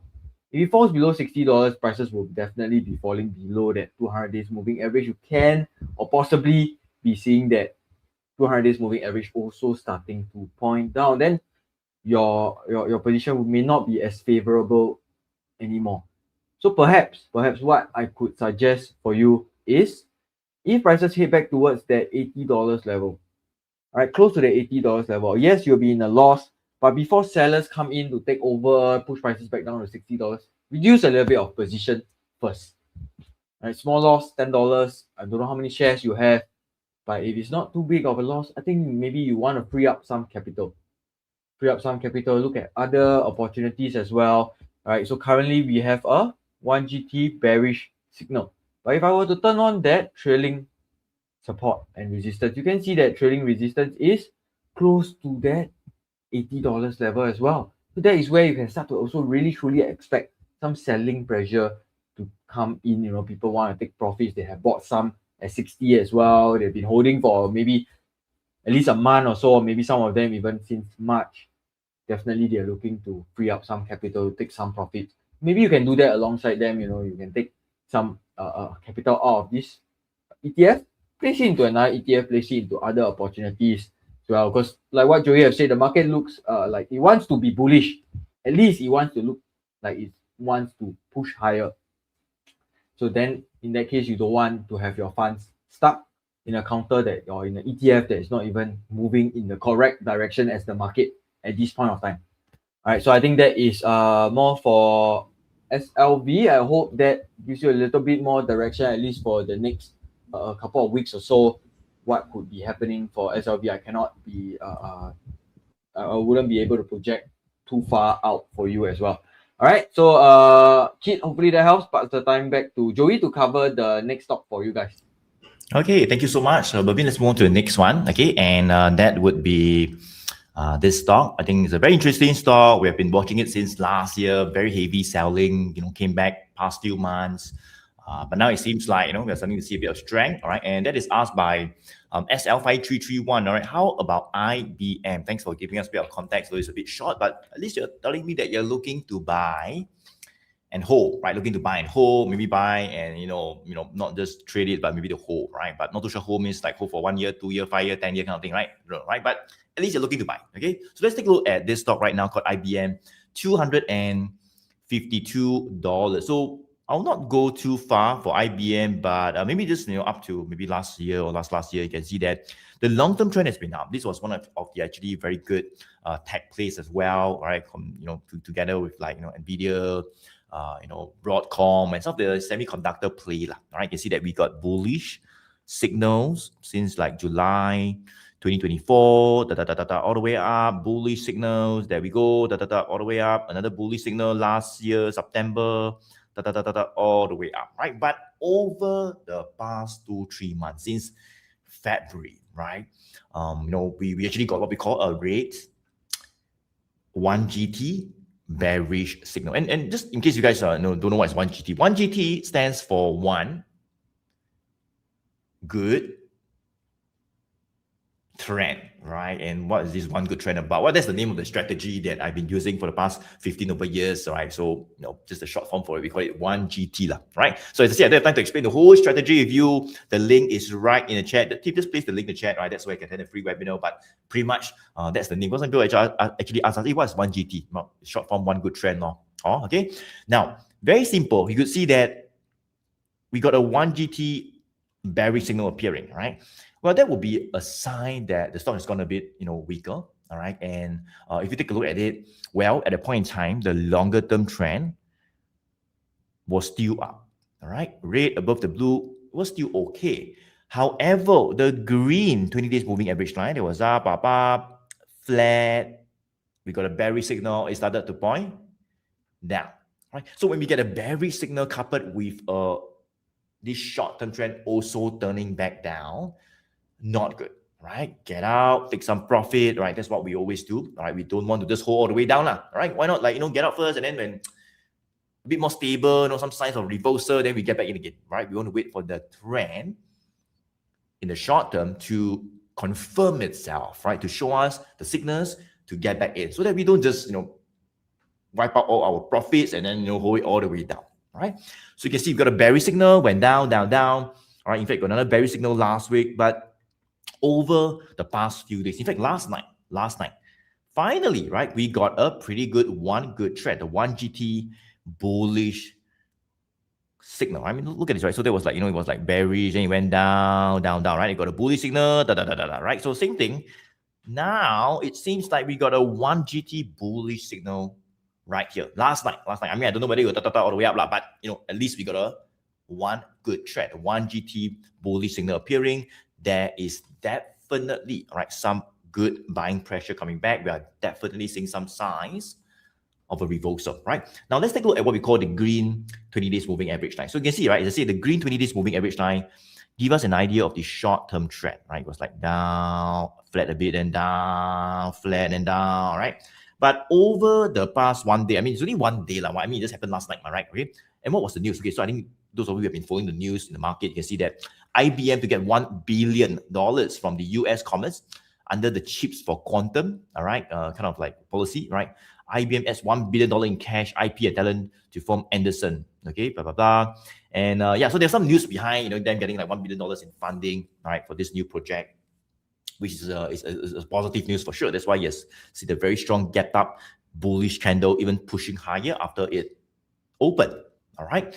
So very strong news, but it's only one night, right? Okay. So you can see that right now, this level.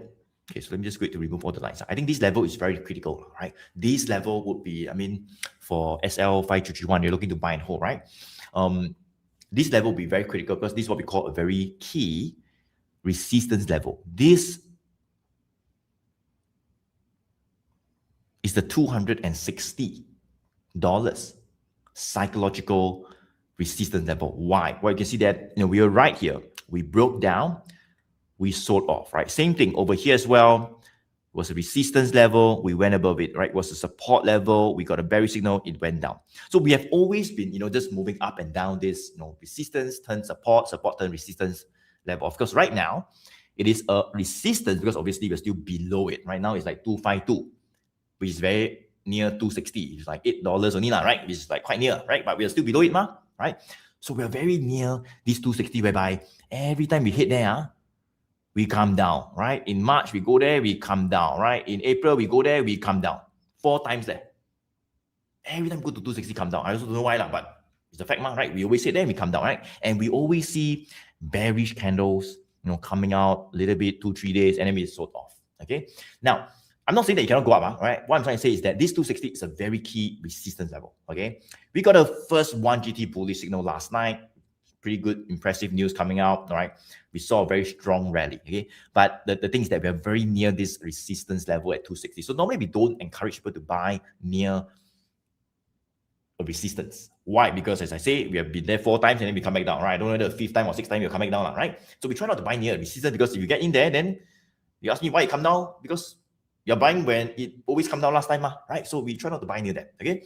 What we want to do to get the added confirmation would be if we can break the 260, or maybe we'll do a bit of a slight pullback. So it's only like one night, so not too sure exactly what would be a support. It could be anything from like 240, all right? 230, of course, there'll be a pretty good support, but the range could be rather wide because of the very huge volatility, huge move, yesterday night, all right? So it could be 230 to 260. I mean, just based on that candlestick, right? 230, 260. It could be 240 to 260. Nobody knows. We need a bit more days to play out, because it's only one night, right? Let's say got 2-3 days, 4 days next week. Then we see 240 coming out, or maybe 250 coming out.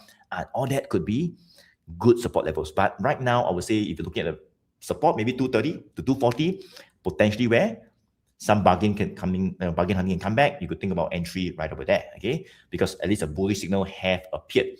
Same thing, if you want to take what we call a more aggressive entry, okay, that would be on a break above that 260 psychological resistance level. As I say, right, this 260 is quite hard to cross. Why? Because we have been there many times, 4 times, we came down. Right? However, you say it's strong, right? But one fine day, right, it could be next week, it could be next week, it doesn't matter, right? If we were to break above it, it means that the sellers surrender, like give up, sorry, you all can go up now or something, right? That could be where we could see the next phase of upside, all the way up, right? And the reversal to happen more firmly, right? And we would even get a new second, now you got first, right? But we would even get a new second 1 GT bullish signal, right? And it will be another confirmation of that reversal move all the way to that $320. That is where it could be a bit more aggressive, but I think that is where, if you wait for the confirmation, it could provide a lot more upside in terms of, riding the momentum for that next phase, right? And it could, just to ride it all the way back to the original previous high at $320, that would be easily 22% upside, right? 22% upside. All right, of course, we have a plan as well to get out, right? If, to break below support, have a stop loss and all that. Okay, so this is for IBM. I think not too bad, all right? At least there's some, a bullish signal have appeared last night. Some news have came out. We need a few more days for confirmation in terms of a support being found. But, if we get past the 260 resistance, I think it could really turn to be even more bullish, all right? And that's where an aggressive entry could be taken as well. Okay, Ken? So that's for IBM. I hope that helps, all right? SL5331. Let me pass on the mic to Jia to cover the next US stock. Jia, yours. All right, thank you, Joey, on IBM. Okay, the next stock that I'll be covering on will be on this counter, Google. So someone was asking about Google. Just let me pull it out. Okay, I think Melina was asking, no, I don't have a position, but considering a position in Google, what could be a good entry level as the stock has gone up a lot?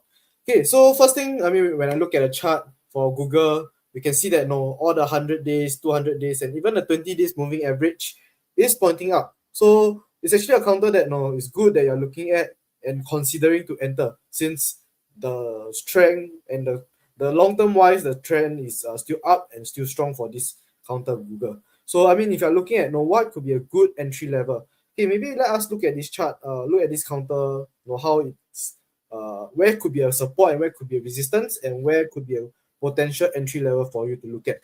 So I mean, we look at Google, sorry, Alphabet Google, you see that previously the moving average has been pointing up, has been going up, and prices has been moving up along it as well.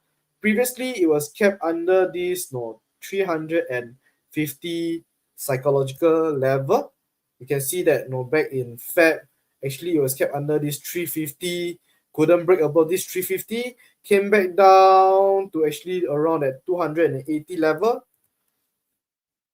Then afterwards, managed to stay above around at 280. Afterwards, went up close to that 350 again to retest that resistance. And after their earnings came out, actually it went up above 350. And I would say near term wise, if you were to turn this, okay, there's actually some support near that, maybe that 380. And you can see that near term wise, 400 is a psychological resistance level.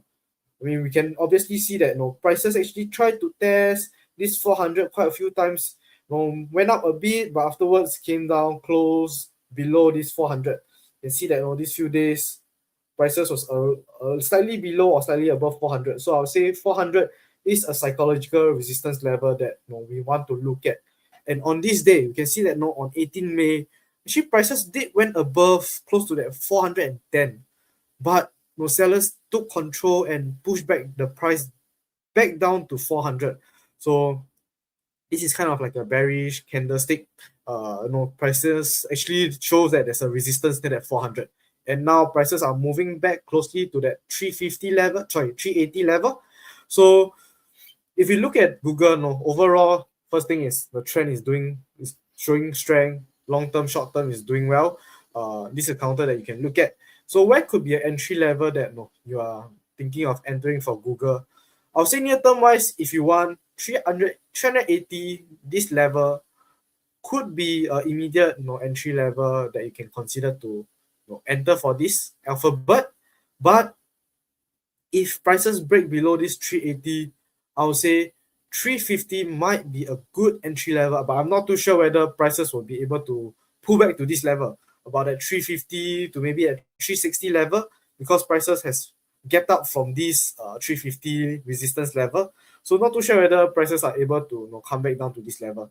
But if you want, you can wait to see how prices are moving for the next few days. If prices are able to stabilize above that 380, you can consider to enter near some position near 380, with the target being near 400. And where could be a potential upside for this Alphabet? I mean, doing a simple projection from the 350 to 400 range, we can see that the next target might be around that 350 level. So if you want to have more confirmation and if you want to be slightly more aggressive, you can wait for prices to actually break above this 400 level, psychological level, and stay above it. So if prices moving forward consolidate around 380 to 400, and one day it breaks above that 400 and manage to stay above, that could be a sign that there might be more upside for this Alphabet towards that 450.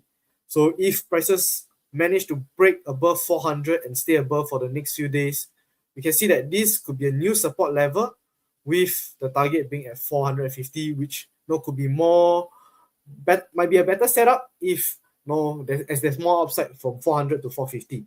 So if you want, you can also set an alert, maybe around by clicking on the word alert over here. You can click on it. Then afterwards, when prices break above that, maybe that 405, you can create an alert and you'll be notified to come in to monitor for this counter. So I think by setting an alert, it actually helps you a lot, to save your time. Don't have to closely monitor on all the counters.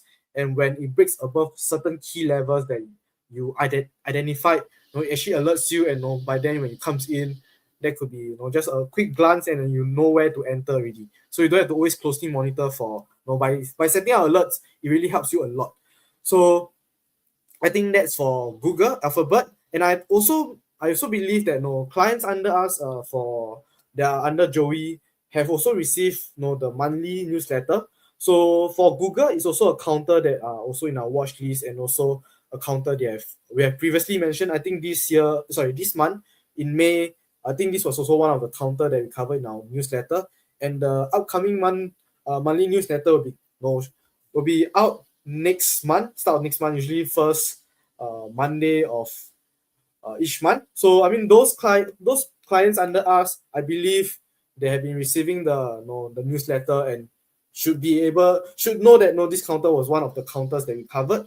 But those who are actually not a client under Joey, and if you're interested to be part of a committee under Joey, and also want to receive like the WhatsApp broadcast and also monthly newsletter, maybe you guys can sign up to be a client under Joey. I mean, the link is in the chat. So yeah, so it's free to be a client under Joey. So those who are interested, you guys can opt in to become a client under Joey. Yeah. If not, I'll pass on my time to Bhavin to cover his next talk.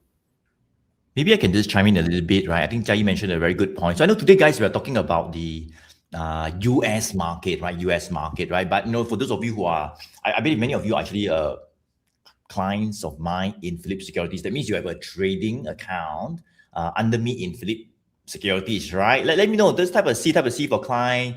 All right, if you actually are a client of mine in Philip Securities, you have a trading account under me already. C for client, let me just acknowledge, right? I just want to make sure that we do have, I think, quite a bit of clients joining us, right? Every Friday. Right, let me know, right? How many of you are clients of mine? You have a trading account, you're getting our daily updates, ideas by WhatsApp, right? Check out, in fact, today I sent out another stock. Let me know if you're a client, okay? Jane, thank you so much. Right, definitely Fiona, yes, Terry, Dex, all right, Chan as well. Jolene, good to see you as well, all right? So a lot of clients over here joining us every Friday. Brandon, Patrick, Hoki, thank you so much. So one thing I want to add, guys, I think Jai also mentioned, maybe just want to emphasize as well, like in case you're not yet a client, that means you do not have what we call a trading account under me in Philip Securities yet, right? Well, you can find out the link is right in the chat. Okay, I think maybe went up a bit already. I think just place the link in the chat again. All right.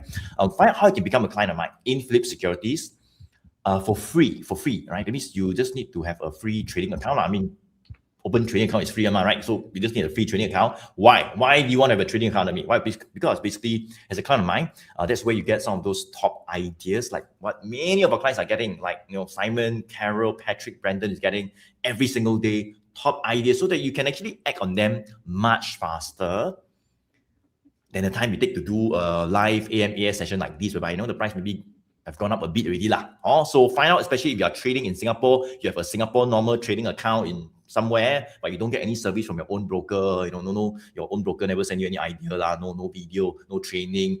No updates. Nobody call you. Nobody WhatsApp you. Nothing. All right, like hotline. That's what many of our clients tell us. They always say, where got service? No service one, right?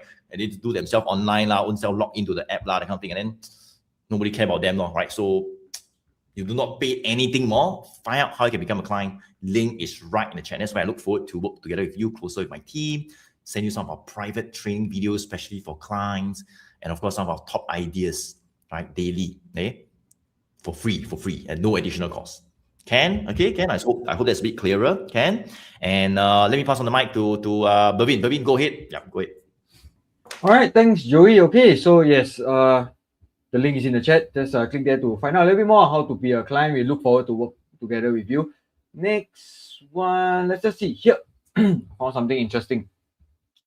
Emily, hi, Emily. Hopefully you're still with us this afternoon. Afternoon already, right? No, haven't. Almost afternoon. I am looking to sell away my TLT. Been holding it since February 2022. What is a good price to sell, as there's a possibility of rate hikes again? All right, so guys, if you don't know what do not know or are not aware of what TLT is, TLT is the ETF that is tracking the 20 or the long duration bonds or treasury bills in the US market. All right, so how it works basically, in a nutshell, if the prices of the long-term bonds go up, as you've known in the last week, it has went up. It causes the price of TLT to come down. Thus, you see prices have gapped down. All right, and if interest rate rises, all right, the prices of the long-term bond goes down, causing the prices of TLT to decrease. All right, so what's happening right now is yesterday night, the interest rates have dropped a little bit from its high, the longer term interest rate. So thus the prices of TLT have increased a little bit. All right, so hopefully that gives a little bit of clarity. And I think Emily is getting TLT for the exposure, the fixed income exposure lah. And then on top of that, TLT also gives you monthly dividends, right? Monthly dividends for holding it. But of course, we all know if you are a Singaporean, US dividends, you get taxed 30%. So not really the best play for a dividend as well, right? Just consistent dividend in that sense. All right, so for TLT right now, let's see. All right, interest rate went down, the longer term interest rate went down just a little bit. All right, it dipped a little bit from its high. Thus, you can see there's a slight rebound, right? It's found a support from the $83 level. Right, the $83 level right there. Let me change it to green color. All right, you found a little bit of a relief, I would say, in the last 2 days or so. But however, you can see that that longer term trend is starting to turn. So now going a little bit of complexity. The longer term trend for TLT is starting to turn, meaning to say the longer term interest rate is starting to rise, inverse relation. So right now, Emily, if you do not want the exposure to the longer term interest rate anymore, what you could do is, as prices have actually broke down. So notice this, the 1GT indicator, all right, also works for ETF. It works for, index like what Joey have shown. So just to be very clear, as long as the asset class is listed in or is available on TradingView, the 1GT indicator will work for it. So if you want to get your hands on the 1GT Pro indicator, you want to find out a little bit more about it, the link is in the chat. Attend the free webinar to just get yourself more used to seeing it at the same time. Get yourself quick opinions on the charts you're looking at. All right, so coming back to the TLT ETF, we have a 1GT bearish signal coming out here on the 15th of May as prices wasn't able to hold above the $85. All right, Emily, it gapped down a little bit, over the next couple of days. It slipped down a little bit further.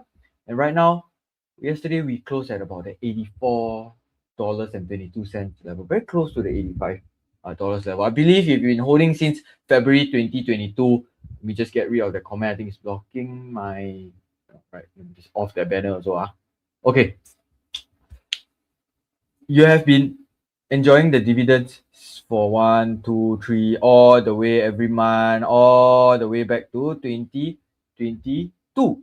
Right, so that's quite a little bit of a dividend you have held already. I'm not too sure what was your cost price for TLT back then, but I think you have more or less broken even and maybe even profited a little bit from that dividend yield. So at this point, I think there's nothing wrong because we have 3 1GT bearish signals that have appeared consistently, and if the interest rate environment of the longer term interest rate continues to rise, right? So and then if the possibility of a rate hike now comes into the picture, if you believe that there's a rate hike that could come in, it could further affect the longer term interest rate. All right, when they hike rates in the shorter term. The Fed controls the shorter term of the interest rate, not the longer term. The longer term is determined by market and supply and demand. So meaning to say, if shorter term money is a little bit more expensive, longer term money more likely to be more expensive because we go into uncertainty in the longer term. So meaning to say, if right now we are not able to hold above the 85 level again, all right, break above the $85 level for TLT, we may see further weakness, further breakdown of that trend.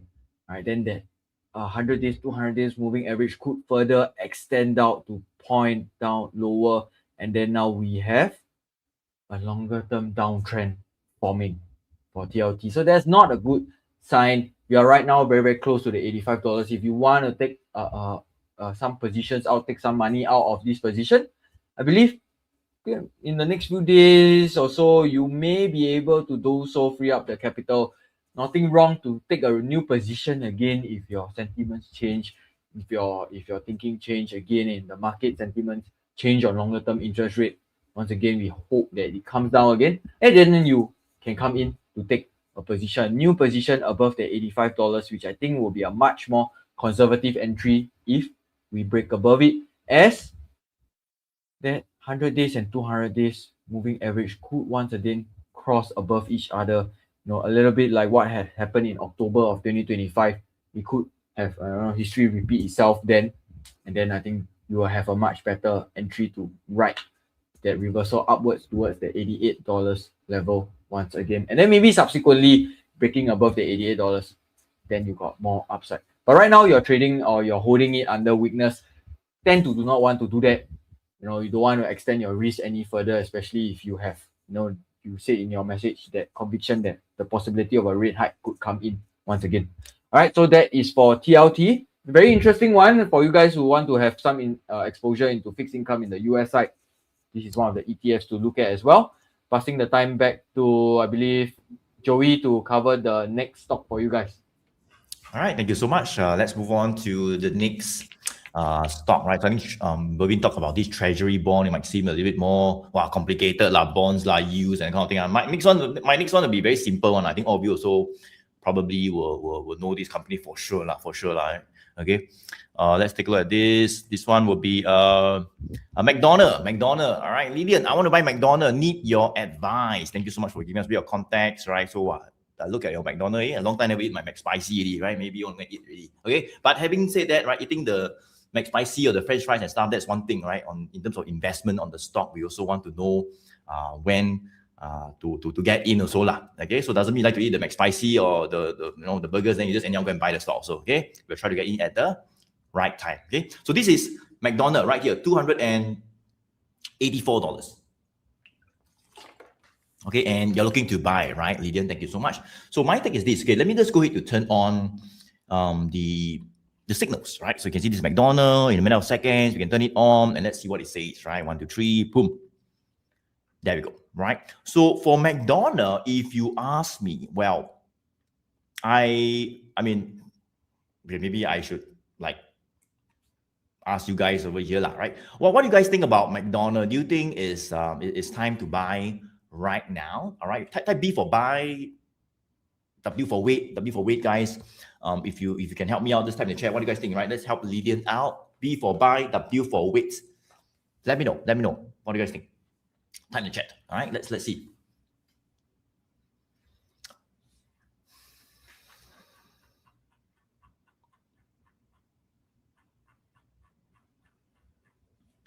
Okay, we have some of you saying that a wait. All right.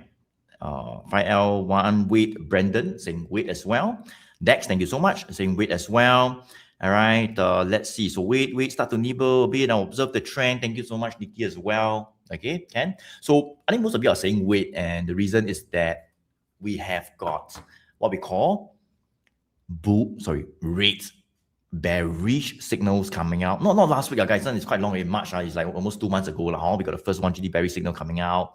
All right, the second one came out, and then it went even lower from 330. You go to 284, right? Not a lot, I mean, okay, 330 all the way to now about 15%. But if you get in, then you see a bearish signal, you think a bit cheaper, then you get in, then you get stuck, you lose 10-15%, right? So we try not to get in when we see a bearish signal.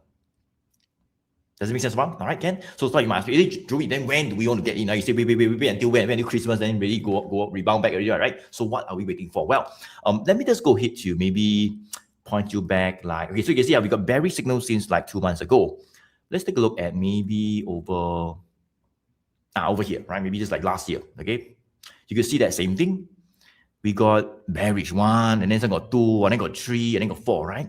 And then we all the way down, right? You buy and you get stuck, But once the bullish signal appear, first one, second one, there we go, right? Same thing over here as well. Got 2, 1, 2. Like now, I got 2, right? You get in, then good luck to you, lah, right? All the way down. But once you wait for what? Wait for that 1 GT bullish signal, the first one at least come out first, lah, right? Second one, I don't know, lah, but at least the first one come out, right?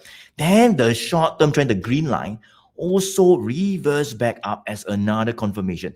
Reverse back up as another confirmation.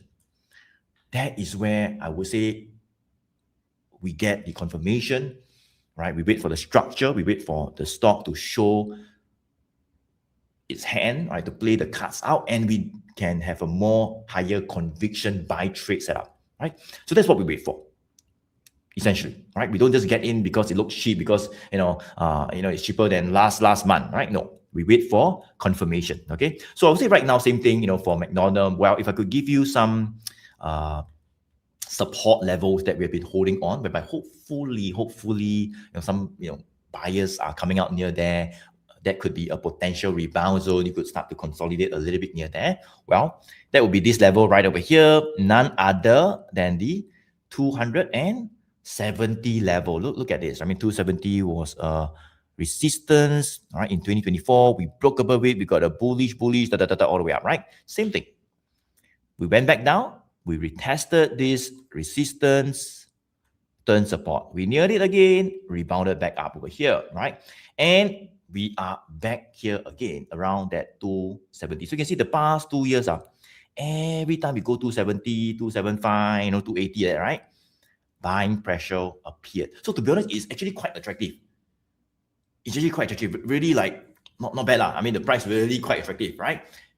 We could really see some good bargain hunting coming back, and that's in fact what we're seeing over the past few days. So I would say that, yeah, if you want to nibble a little bit, so we don't have the confirmation to nibble yet, because as I say, we got bearish signals.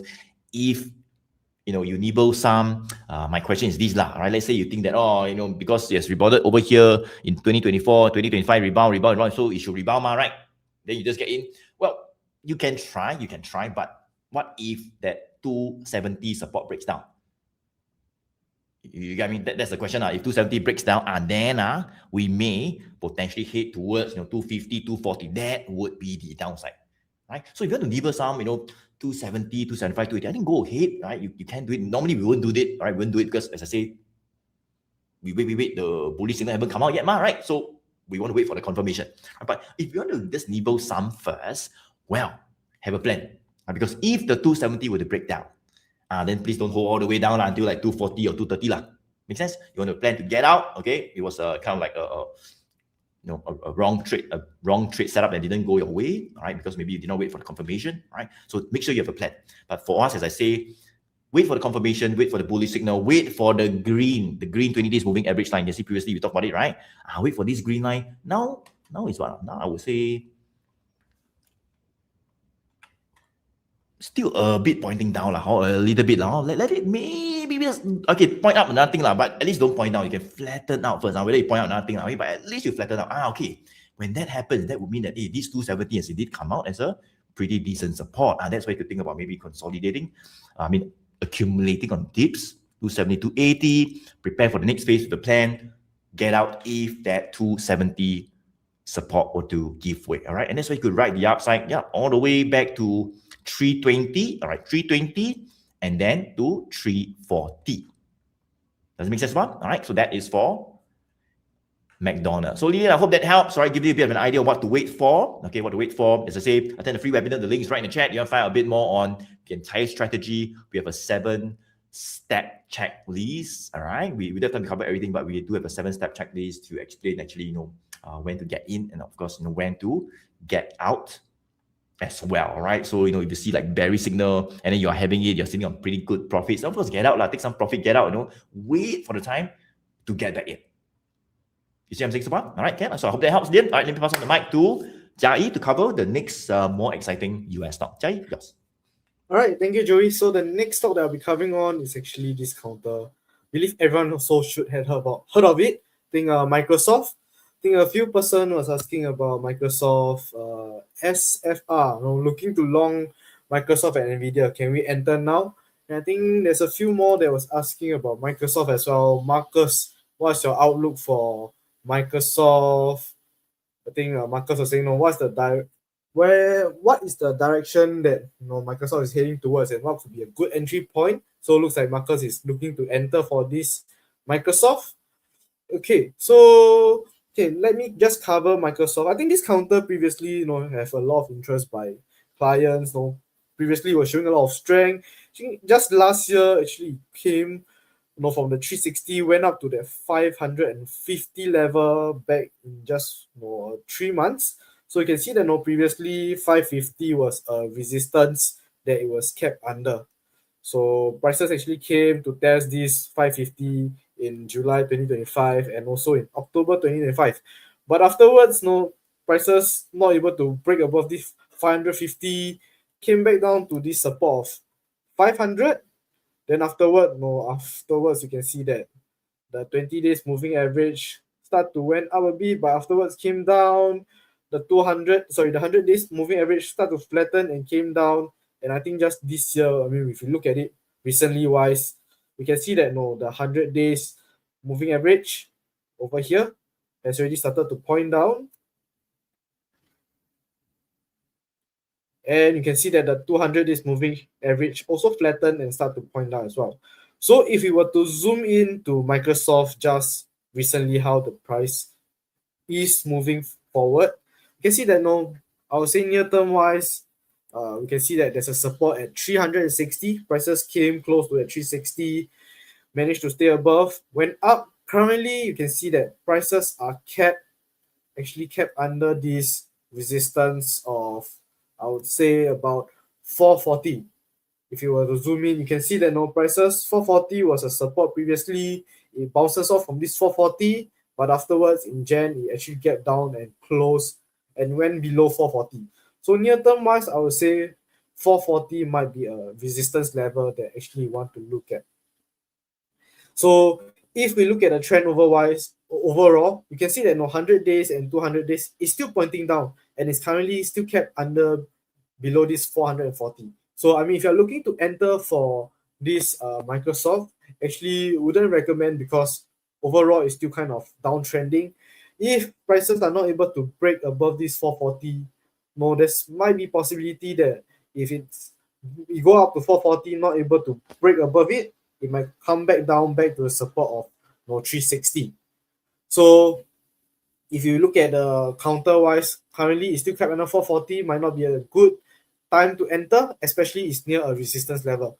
So we want to wait for more confirmation, more strength for this counter. Maybe the first thing is we want to see whether it can break above this 440. If prices break above, maybe let me just draw it out. If prices break above this 440, that could be a first sign that there might be more strength into this counter. Then afterwards, you can see that maybe the 100 days moving average also will start to flatten and also point up. And by then, you also see that the 20 days moving average is already pointing up. And if by then the 200 days moving average start to flatten as well, 440 might be a new support level. That could be a new entry level as well. And if you were to turn on the 1GT buy and sell signal, we can see that actually currently we can see that there's actually after it bounced off from the 360 level, there's some strength in this counter, which is showing a bit of a short-term strength.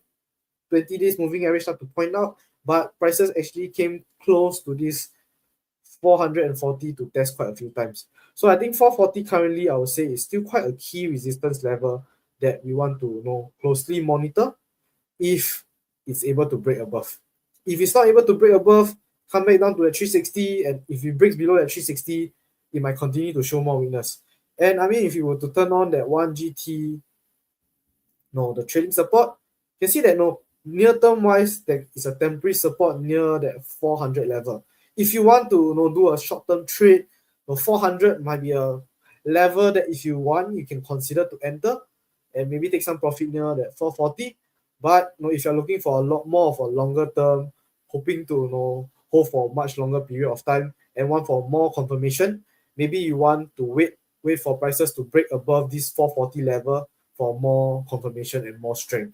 So so if you're looking to enter for like Microsoft, I would say 400 might be a entry level if you want to consider, but I would say if you are looking for more of a stronger confirmation, more of an upside, wait for price to show more strength first. Because currently we see that the 200 days moving average is still pointing down and the 100 days is still pointing down.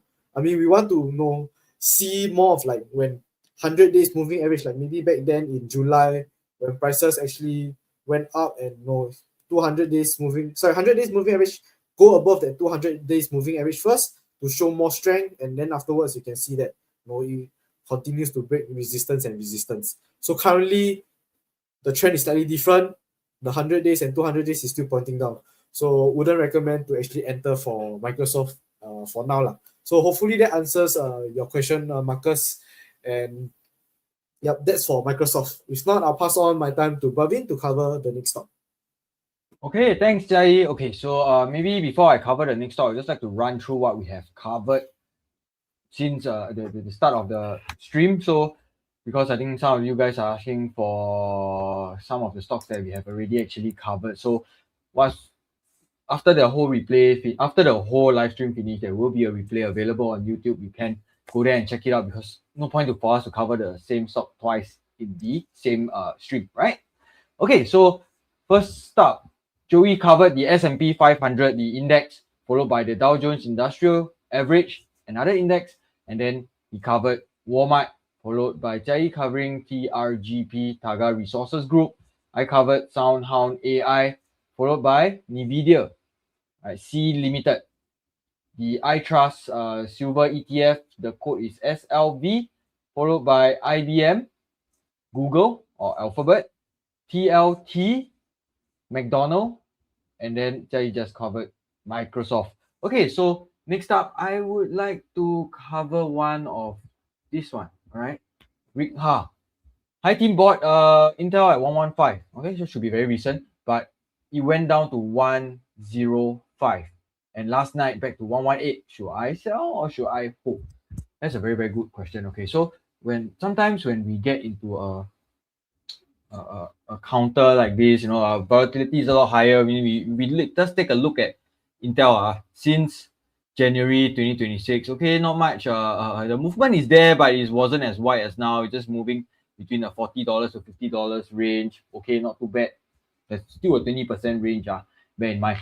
And then subsequently, after April, the beginning of April, it moved up higher. All right, it didn't stop there. It moved up even faster. And then most recently, it moved up at an even quicker pace. So as you can see, volatility has picked up for Intel. Is there anything wrong to buy anything that's volatile? No, nothing wrong. As long as you have a plan, nothing wrong buying something that has a good, solid uptrend.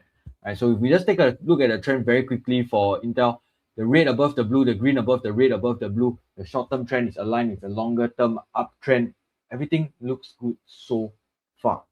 All right, then it becomes, how do we position ourselves for an entry?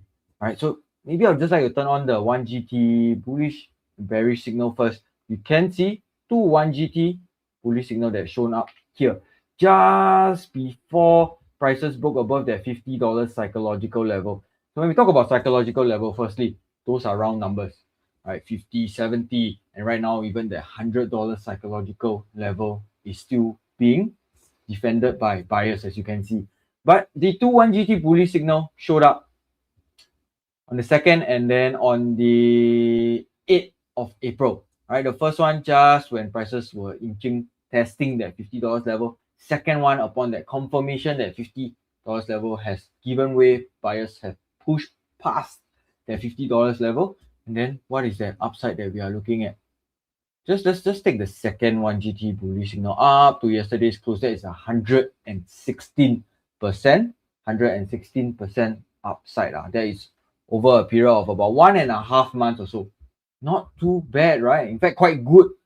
How many of us would like 100% profit in 1 month? All right, 1.5 months. I think that's very, very good already. All right, so Ringha recently entered, I believe. All right, recently entered at 115. 115 right here. Unfortunately, this is what I would personally like to call like a no man's land, because no support or no resistance, nothing, no no key level has been identified at this level so far. So buying just nice within support and a resistance right smack in the center between the $100 and the $130 resistance will open you up to this kind of situation where when prices go down, wow, suddenly looks like the prices go down a lot.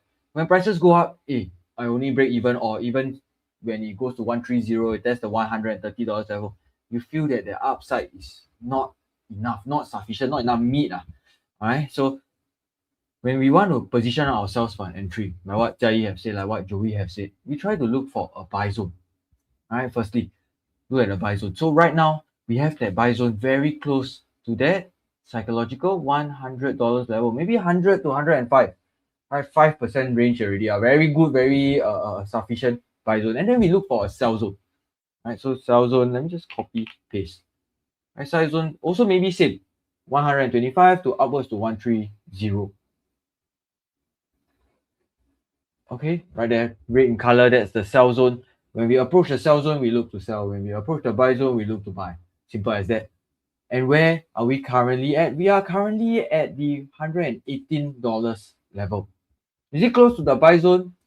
No, it's closer to the sell zone, right? But are we within the sell zone? I think you'll agree with me that we are not within the sell zone. So if you're thinking, should you sell? I don't think you should be in a hurry to sell just yet. Right? Although your entry was at 115, yes, you're sitting on a little bit of profits now. What you got to do is set up some alerts. Firstly, within the sell zone, 127, 128, and if then you want to take some profit, good. I think you should go ahead. You can consider to go ahead, take some profits first. Keyword here is some. Why? It's because, like I mentioned at the start, the 20 days above the 100 days above the 200 days shorter term momentum align with the longer term uptrend. That's what you want, right? That's what you are actually looking for. You want that explosive upwards move, all right? New 1GT bullish signal come in, prices head up even higher, and then you do a little bit of a projection. Support to resistance, move upwards, higher a little bit. The next upside could be towards the $160 level. But that is under, of course, the caveat that the 130 level must give way. If the 130 level don't give way, don't even need to talk about 160. You don't even know whether it can go to 150 or not. Right. So right now you are in a good position. You're still not too bad. I think your losses, if prices break below the $100 level, 115 downwards to 10 level, maybe about $96 right now. Maybe that's where you could set up some alerts as well. Position yourself to get out if the trade doesn't pan out for you. Don't be holding and just holding and holding. You have a limited time. Always look at it as you have limited time. You don't want to hold it indefinitely, especially if you are trading. Okay. So lastly, I would like to turn on that trailing support and resistance lines for those of you who have held the stock since the first or second most recent 1GT bullish signal. You are sitting on very, very, very good profit. Do something to protect those profits. Don't have green become red. Okay. You want to have a stop limit order placed under that trailing support or even under that horizontal support in this case where they are very, very, very close to each other. Can you see that green? Just delete this buy zone first. That green dynamic line, dynamic support is very close to that horizontal psychological $100 support at this point. Have some stop limit orders following that trailing support. So as prices head up higher, you are protecting more and more and more profit. Why? Is because with a counter that has picked up volatility in the most recent days, it can go up fast, it can come down fast. The moment it comes down, you can take profit. First, you should consider to get out of that position, put some money in your pocket, enjoy the weekend, whatsoever. Then look to come back to reposition yourself when that trend stabilizes or when the price starts to consolidate again or when the price approach a new buy zone for you. Doesn't mean anything in a buy zone you just buy. You have to look at the trend first. The trend looks good. All right, you identify the correct support and support level and resistance level, and that's when you get in. Okay, so I know it sounds all lot very complicated. I make it sound very complicated. No, it's actually not very complicated. I'm just following the 7-point checklist that we have set out for ourselves, for the team, for all of Joey's graduates. you want to find out a little bit more about the 7-point checklist, just attend the webinar that's happening next Tuesday. All right, so Rika, I hope that helps for you for Intel. Have a plan. You know the key levels, set up that alerts for yourself. All right, so I will pass the time now to Joey to cover the next stock for you guys. Okay, thank you so much. Very good analysis. Very strong run up on Intel. Right now, let's take a look at the next stock. Okay, and that would be by Kunaf. Right. Let me go to share my screen. Okay, so this is Amazon, right? Thank you so much, Kunal, for just giving us a bit of context, right? You bought Amazon at $200, all right? How much upside? So you have it. Should you get out, right? Should you take some profit? Should you sell everything? Or maybe should you even buy more, right? Let's find out, okay? So this is Amazon right here, right? AMZN trading at $268. So you can see quite clearly, I've already turned on the bullish and bearish signals. Right? On any stock, that's what we've been doing. All right, we get an opinion in seconds. So before I turn on, let me just quickly turn it off first, so we get a little bit of key levels that I want to share with you guys. You can see that for Amazon, right, since like 2025, right, beginning of 2025, we actually have been holding below this very, very crucial resistance level, right? And that would be what we call the 250 psychological resistance. Look at this, right? Over here, we neared it to 240, 250, and we started to go all the way down, right? Same thing, we're kind of like nearing it, 240, 250, down, all right? Basically, we just cannot get above the 250, all right?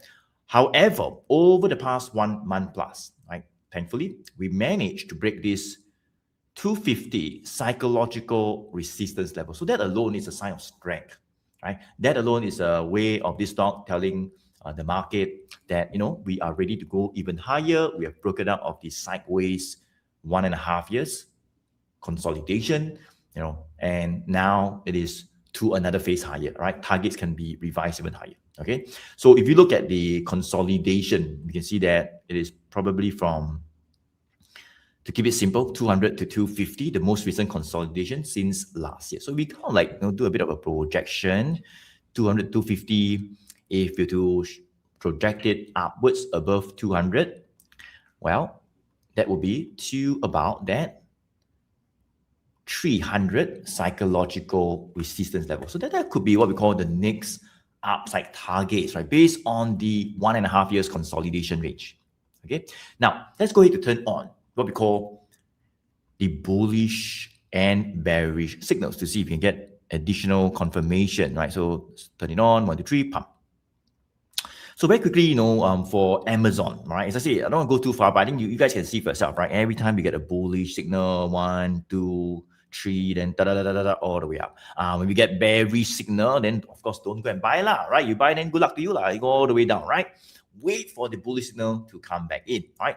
And since July, August last year, right? You can see we had a couple of bearish signals. Went up, then came back down. Went up, come back down. Why? Because we were consolidating below the 250 mark, right? So when I go up there, then, you know, sellers came back and then we come down again. And then a bearish signal actually appeared. So we see a couple of like, you know, bullish, then bearish, then bullish, and then bearish.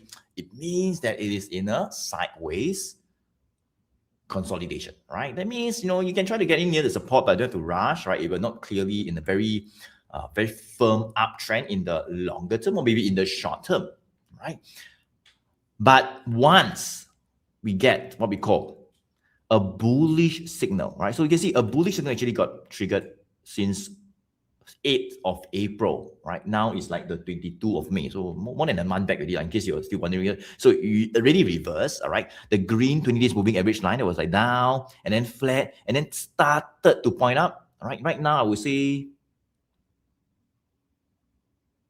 still up lah, right? So the green 20 days moving average line, it is still up. So I would say short-term trend, still up, bullish signal, still in play, okay? Anything above 250, I would say it still looks good. So back to your question, right? Could have you bought at 200? Well, not too bad, huh? Right, not too sure. You got in right over here, right? Very good entry. We're hovering above 200. We saw a very massive rally. You're holding on to it. Great. You're sitting on profits, right? You're sitting on profits. Now it's 268. You bought 200 plus, right? So sure make money lah, huh? Okay. What you want to do is to protect your profits, right? Protect your profits, right? Or maybe even think about adding more positions to write even more profits, right? So how do you do that? Well, first of all, You can see that 250, as I say, is a key horizontal support level. But over the past, let me just go to change this 250 from red to green because it's a support, right? So this 250. But over the past, 1 month or maybe 2 weeks plus, we went all the way up. We see a pullback and some bullish candlestick appeared. We started to push away from a higher support level. So not even 250 lah. I would say right now, maybe right 255 so a bit higher $5 higher, right? I think like 255 I can see people start to buy over here, so buy, right? Some buying pressure is happening from 255 to 256, 260 like that right over here, right? So that could be a good entry, right, in terms of a potential entry, because that's where buyers have came out over the past 1 month and indeed coming out again, right? And of course the short-term trend, as I say, it is still up, right? It is still up. Okay, so that would be what we call a potential entry zone, not 250, but even slightly higher, above 255 to 265, 260. Okay, Ken. Next thing would be, as I say, you're sitting on profits, right? What we can do is that we can take steps to protect our profits. Okay, well, I could turn on the trailing support level. I think Bervin has talked about it, Jai has talked about it, but let me just quickly talk about it, right? As you can see that when we got the first bullish signal appearing on the 8th of April, right? We saw a very massive rally all the way up, okay? And a trailing support level actually popped up, right? This trailing support is a green line that is below the price, okay? And it actually followed Amazon as it moved up, right? But you don't follow too closely. You give it some space to breathe, right? Some allowance, you accounted for the volatility of the stock. So, as you move up, then you follow some more, right? You go up some more, I follow you some more. Okay, you never move up, then I also cannot follow, then I just remain flat, right? So you can see follow, flat, follow, flat, follow, flat, follow. Now it is right over here, around 250 or so, 249 and that, so around the 250 level. So as long as we are above that 250, I think it is still poised to hit even higher. It is still strong. However, if the 250 were to break down, we go below 250, right? So as I say, 250 is a very key level we have been trading below for 1.5 years. We finally go above, right? So we go below 250, not so good. Plus below the trailing support, not so good as well, right? That's where you want to have a plan, right? To get out, to protect your profits. You could have a stop loss, could have, right over here. To just, get out, reduce exposure, stop loss, and make sure you don't go all the way back down to 200 and then you're like back to square one. Make sense? All right, so have a plan to stop loss if the 250 were to break down. So that's what we do, right? We allow the stock to run. We maximize our profits. The trailing support goes higher, we follow it. We shift our stop loss even higher, right? Like for example, right, let's say, we were to break the 280. So 280 will be a psychological resistance, right? If you're to break the 280, okay, I can tell you this trailing support. So now the range is 255 or 250 to 280. If the 280 resistance were to give way, that's why we can push even higher towards the 300. And if that happens, what you're going to do, right, is that your stop loss that you put here below 250 right now, below the trailing support, you want to protect it even more, because I can tell you if you break 280, this trailing support will follow, because you go up some more, right? You follow, don't follow until when, but you'll follow it up, right? But don't follow too closely. Give it the space to breathe, right? That would be the trailing support level, right? Let me just turn it to green in color, like that, right? And then don't tell me your stop loss to put here, you can raise it up together, right? Raise it up. Let's say go until here, you put it below the trailing support. By then your profits will be much higher. You are protecting a larger profits. Does it make sense? Right? So that's what you want to do, right? Take some profit if you want near a resistance, like near 280. If you want, take some. I never say take all, because it look good, right? Take all after they go up, then jalat, right? So take some if you want, but overall, I think it's good to continue riding, right? But the key here is to protect your profits while riding. I hope that helps. That for Amazon, right, you can put in your watch list for potentially even more upside. So let me pass on the mic to Jia to cover the next stock. Jia. All right, thank you, Joey, on covering Amazon. I think the next stock that I'll be covering on will be on this counter. Actually, never really heard much before. Navitas Semiconductor Corporation. I think Joy was asking about this counter. NVTS bought and sold yesterday and made profit.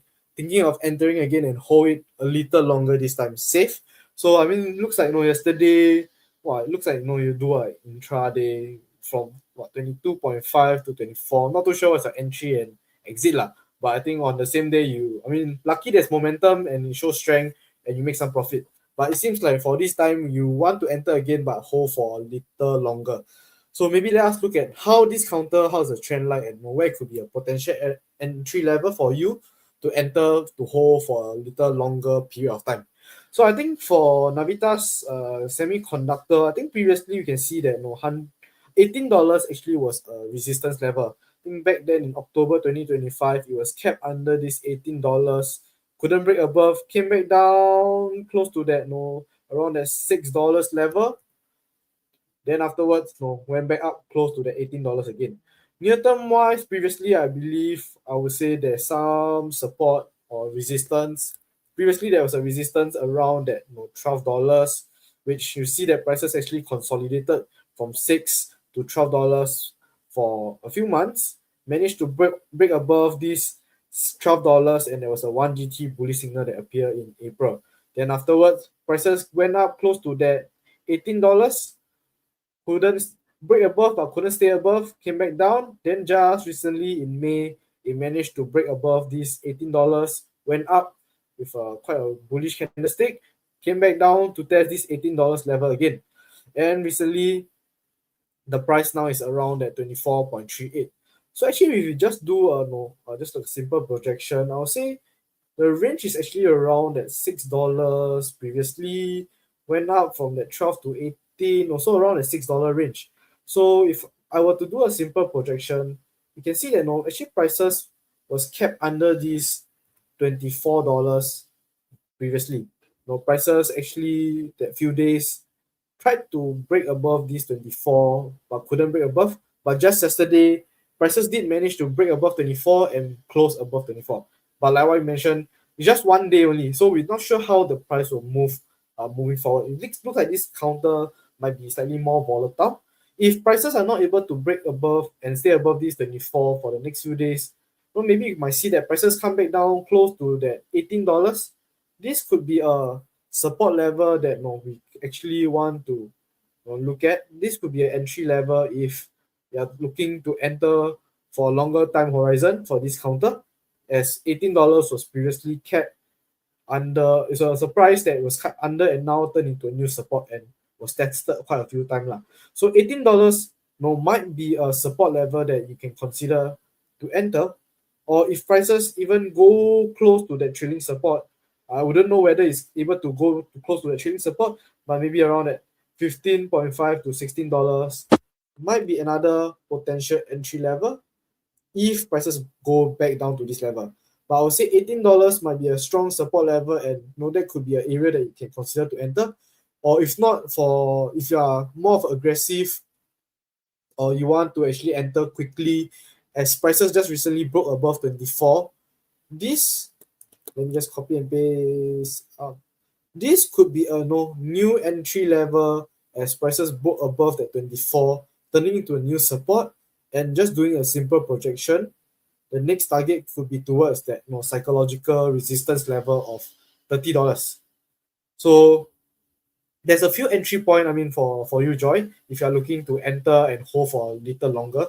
If you want to enter at a more safer area, $18 might be a better entry level if you want for prices to pull back first. Or if you're more aggressive, 24 might be another entry level that you can consider to enter for this Navitas. And overall, since it's still showing strength, still uptrending, and there's 1 GT bullish signal, this counter is still showing momentum and is still okay. So I would say if you want, you can consider to enter near 24 if you're more aggressive, but make sure to have a stop loss plan in mind as well if prices pull back below that 24. Yep. So I think that's just a quick one on NVTS, Navitas Semiconductor. Hopefully that answers your question, Joy. If not, I'll pass on my time to Bhavin to cover his next stock. Thanks, Jai. Good one there. So let's see next one. Ricky, are you still here with us? Can you do one on Tesla? Sure. Sold around 390. Good. So I'm assuming you took some profits there. And waiting for it to drop below 360. Is it time to buy? There's a green 1 GT bullish signal recently. Okay, so let's take a look at Tesla. Okay, so the question is sold already. I think previously took some profits, and then right now looking for a re-entry. All right, so let's see. Right now, I think prices are closed at 416. All right, 416. And then we have a 1 GT bullish signal here. All right, a little bit of a weakness came in previously as they tested through 480, not able to really hold above it. 1 GT bearish, double 1 GT bearish come in, prices dipped towards 340 level before buyers came in to defend that level and push prices back up higher. Let me draw a line here first. As a support right there. I have lines drawn on this chart previously as well. Above 360. 365. Okay, so I think right now what I'm looking at is actually the 100 days and 200 days moving average. A little bit of a mixed signal for me. Let me just turn off the trailing support first. We have the 100 days moving average crossing below, just recently crossing below that 200 days moving average. The 200 days moving average is currently pointing up. All right, so there's a little bit of a mixed signal. Typically, I do not like to get in, rush in when there's conflicting signals for me. I just hide your message for a little bit first. All right, so we have that 20 days moving average pointing up, crossing above that the 100 days moving average. We are currently holding above a buy zone, right? About that 410 to maybe about that 415 level. I'll say that would be where I would place like a buy zone the most recent days. If you are looking for prices to fall below 360, so that means you are looking at this shaded area right here, right? So what's going to happen when prices fall below the 360? That could only happen upon what? Upon weakness, upon selling selling pressure coming in, or selling pressure picking up once again, breaking below that 400 level, and then in fact also breaking below the $360 level. Then you get to a very, very dangerous situation. All right, Ricky, where you are at a level where previously, yes, recently buyers come in, but I cannot guarantee you, I think Joey also cannot guarantee you, Jai also cannot guarantee you that buyers will come in once again at that $340 or close to the $340 level. So if we just turn on that trailing support right there, you can see the trailing support is right around the 386, 300, maybe it's quite 390 level. So if prices break below that trailing support, all right, you have a 1 GT bearish signal. Furthermore, you will have your 100 days moving average continuously pointing down as well. Your 20 days moving average will definitely start to turn down as well, and maybe even cross below the 100 days moving average again. It's not what you want. So I think in this case, you're not looking to buy cheap anymore. You shouldn't be looking to buy cheap. You want to buy on strength. In this case, buy on the momentum that is present. So I think right now you are positioned, you could potentially position yourself to ride the upside towards 480. But the risk here is that the 100 days moving average is just not there yet. So we'll wait a little bit longer. I will wait a little bit longer. Yes, you got to buy a little bit more expensive compared to you selling at 390. Now you say, hey, but time buy back above 400. Yes, why not? Just buy a little bit of a smaller position if the risk management allows for it. Okay, because why? Your upside here represents upwards of about 12% to that $480 resistance. Whereas if you are getting in, or you're considering getting in under that 360 level, perhaps close to the support of that 340 level, your upside will only be upwards to 5% or so before can expect some selling pressure to come back in once again if that resistance is a strong one, all right, or sellers are just gathering around that resistance to make a quick profit, then you could be stuck with a position. So risk to reward wise, I would say currently the risk to reward, although at a higher price, is currently better, and you have some strength. Just that 100 days moving average not in your favor. Perhaps you could wait a few more days, couple more days, maybe next week or so, if we see a consolidation happen close to above that 410, upwards to that 425, 100 days moving average may start to flatten out, at least move sideways a little bit. I think that conviction there would be a lot better as compared to right now.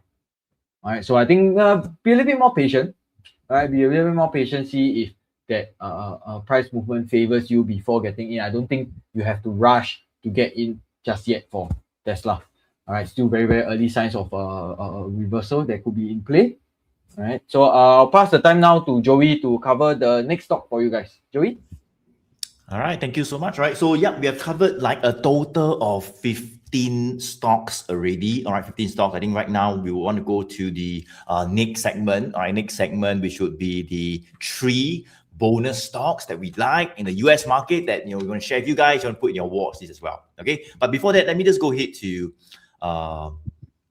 do a recap of all the stocks that we've covered so far. So right at the beginning, I covered the S&P 500 index. All right, I talked about the markets as well. Okay, the Dow Jones, and the very first stock we covered was the Walmart, Taga Resources, SoundHound AI, NVIDIA, right? C Limited, iShares, Silver Trust, IBM, Alphabet, TLT, right? Treasury bonds, the ETF, McDonald's, which I covered. All right, Microsoft, Intel, Amazon, Navitas Semiconductor that DJI covered, and Bervin just did on Tesla, right? So like 15 stocks. In fact, maybe I could just do like, okay, I mean, I thought like going through the bonus stock, but I saw one of the stocks that was very interesting. Maybe I'll just do like one more. I'll just do like one more before we dive into the bonus sections. Let me just go ahead to share this stock. It was in our watch list for a while. I think it's asked by Claudia, right? I hope you're still over here. Okay, so this is ARM. So this one stock, right? Then we go on to the bonus section. Just hang in there. But I think it's a very interesting stock that I wanted to cover because it looks really bullish. So back to your question, right? Claudia, you bought ARM at $287, and now it is $298. Should I buy more? So when I was reading this, when I heard ARM, this was one of the stock in our watch list. I was like very excited. I was like, hey, don't know what price you got in. So you got in at $287, which would be like around, it's just like last night lah. It's around last night because I was thinking maybe you might have got in earlier. I mean, you can quite clearly see, guys, that for this stock, since like November, while we have a couple of like bearish red signal, right? Red signal, and then it went down from like 180 all the way down to 120. All right, if you get in, then stuck lah. All right, you're losing money. Okay.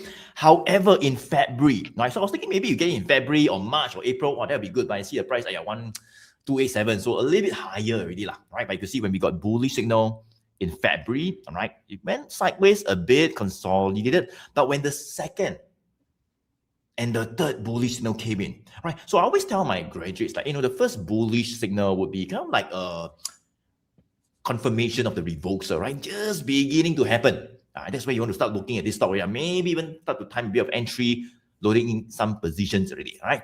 But when the second and the third bullish signal come in, that is where it's no longer just reversing. It is reversing plus attempting to push higher, attempting to break the resistance, attempting to break the ceiling, right? Go from first floor, go second floor, go third floor, right? That is strength. First, the green 20 days moving average line, actually, there was flat, also started to point up. As of now, I think it is still pointing up, right? So that will be another confirmation of strength. All right. So you've gotten like, previously right over here. Well, that will be like a 145%. All right. Gain in about 3 months. Pretty impressive, right? And maybe even more gains. All right. Okay. So now let's take a look at your question, right? I mean, of course, you've gone in a bit higher last week. Should you buy more? Well, what I would say is this, right? We got 3 bullish signals. Long-term trend, you can see slightly turning up already, right? Red just crossed above the blue as, probably over the past few days, red above the blue, both starting to turn up. So I think long-term trend takes a while, starting to gain shape, all right? Starting to point towards more of the upwards direction, okay? Short-term trend, I mentioned just now, the green line, obviously still up. So it looks good, right? It looks good, okay? Just that a bit too, too high, a bit too, I would say, not say cannot go higher, but over the past few days, it has get up by quite a fair bit. I mean, you can see that we have broken this 240, a little bit of a resistance here, 240, came down, and then pump. We just went above 240, and then now it's near 300, all right? So 300 will be a psychological resistance level, okay? So my take is this, because, you got in like, last night when it was like somewhere over here, good. I mean, you went up a little bit, right? But what we would want is to see a bit of consolidation, right? So to see maybe a support have come out a little bit higher, right? So 240 would be like a support level. resistance turn support, but I think maybe another support level could have come out. It could be from 260 to 270 to 280, right? It could be anything in this range because it's only 1.9. So we need a bit more confirmation. So I think even get back in, it's good to let it consolidate, wait for a few more days to play out, and some support appearing, right? As per like candlestick, whereby we start to see a bit of a rebound, then that would be a higher support level being found already. All right. Next thing would be if the 300 were to give way. So another more aggressive entry would be, if the $300 were to give way, we break the 300, and I can tell you this can push even higher. So I mean, you already push up from 125 to 300, right? What makes you think you cannot go up by another $150 more? Possibly, right? If the 300 were to give way. Okay, so what you could do is very simple. We want to take steps, all right, to protect profits. I know I've been talking about it just now. I think we've been talking about it as well, right? And I think it's key, right? You can see that I could turn on the trailing support for ARM holding, all right, ARM right over here. And when the bullish signal pop up in February, you can see, right, a trailing support popped up below the price, all right, giving it the space to move up. Sometimes it dips near it, buyers came back and we push away from it, right? As it moves up, we went and followed it up, flat, follow, until now the trailing support is around 225, right? So if you're above 225, fine, chill, relax, right? I mean, continue riding lah, right?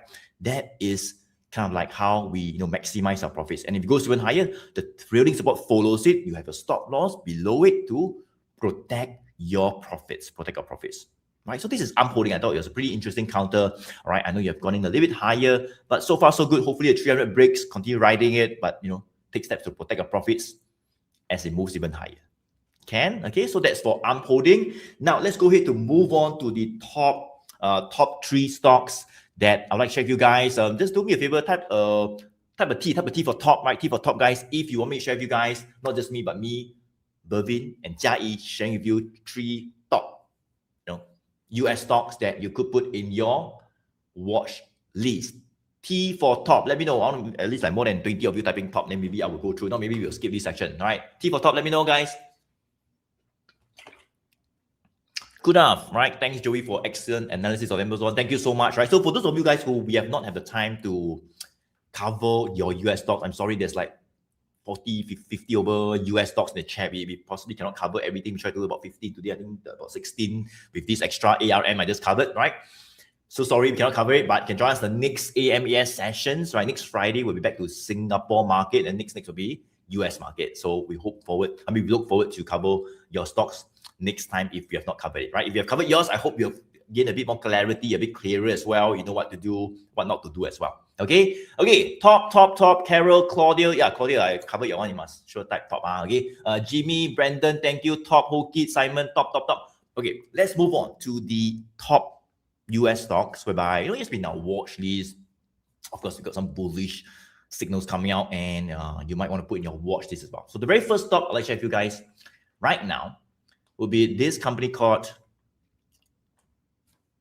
Apple. Where is it? Let's go.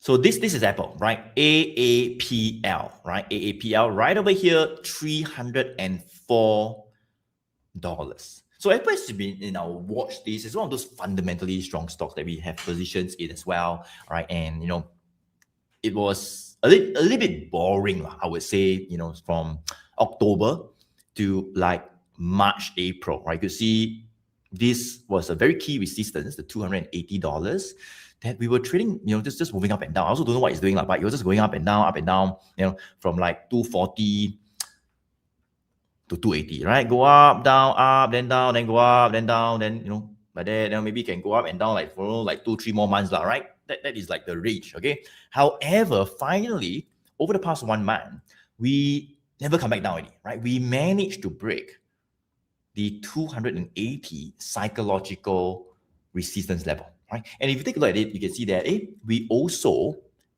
had some bullish signal appearing, right? So you can see the green 20 days moving average line that represents the short-term trend was down in March when the US-Iran war started, right? Most of the market, sold off. The green line started to turn up, good short-term trend. aligned with the longer term trend as well, right? And we got two, not one, but two bullish signals. So that was more of a reversal play, all right?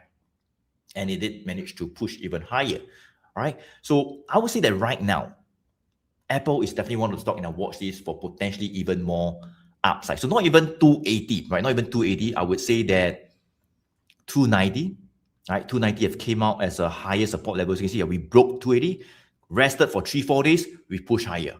Rested for maybe 1 week, and it seems like last night, right, we are attempting to push higher above the psychological 300 resistance level, right? Not last night, but last night the past 2 nights, Wednesday and Thursday night, okay? You see we broke above the 300. Last night, a confirmation, we are pushing away from these 300. So it looks pretty good, right? We're not just consolidating, but as we're consolidating, buyers are coming out to get in on dips, and then after a few days, we are like, attempting to go higher, right? To a new high. So that is a sign of strength. That's a sign of strength, right? So my take is this. I think for Apple, we are in a pretty good move right now. We have got out of the consolidation over the past 7-8 months. We're below it. Now we're moving higher. Supports getting higher. Okay, so you can see from here to here, now to here. All right, so 300. 300 is only like two nights, as I say. But if we can hold above 300, that is where this will be a new higher support level. So from 280 to 290, now 300, right? 300. So that's where I think targets could be revised. Let me do a bit of a projection, right? From here to here, the previous consolidation phase, all the way up. All right, you can see, keep it simple, maybe to 320, 310. All right, that will become like a near-term target. But you can see we have push up a little bit. So maybe consolidate more and push even higher, right? And push even higher. So that will become let me just remove this. Yeah. So 300, 290, I think that's a support for now, okay? Whereby, it still looks really bullish above this new support levels. And just to give you another gauge as well, you can see I can turn on the trailing support, right? Look at this, right? Trailing support popped up in April, up, flat, followed, right? As I say, we follow the stock, it's moved up, we give it the space to breathe, right? Are we above it? Obviously, we're above it, right? Is it following? Yes, it is, right? Because it's moving up, so it's following. But you can see got space one now. You see got space one. Never follow too closely. Give it some space, right? Don't be so follow until too stalker like that. No, relax a bit, right? Give it some space, right? So that any normal pullback, any slight volatility retracement, that's fine, right? Because we are above it, right? You don't want to cut your profits too short. You want to give it the space to move even higher. All right, so I think that's for Apple. Looks good. It breaks 310. Target could be to 340 to 350 as well. Okay, so that's the very first stock for today. Apple. Let me pass on the mic to Jia to cover his bonus stock for today. Jia, go ahead. All right, thank you, Joey. Okay, so my bonus stock will be on this. I think this counter quite a few times. It was covered previously. LAM Research. So LAM Research. We just look at the quick glance. You can see that the 100 days, 200 days has been pointing up all the ways. The 20 days moving average sometimes kind of flatten a bit, but then afterwards when go up, came down recently in April, actually March, April, but afterwards it started to show more strength. So near term wise, we previously see that LAM Research was kept under this around at 250 level. It actually broke below, couldn't break above the 250 in January. And also in fact, it tested quite a few times, came down to the support of around 200.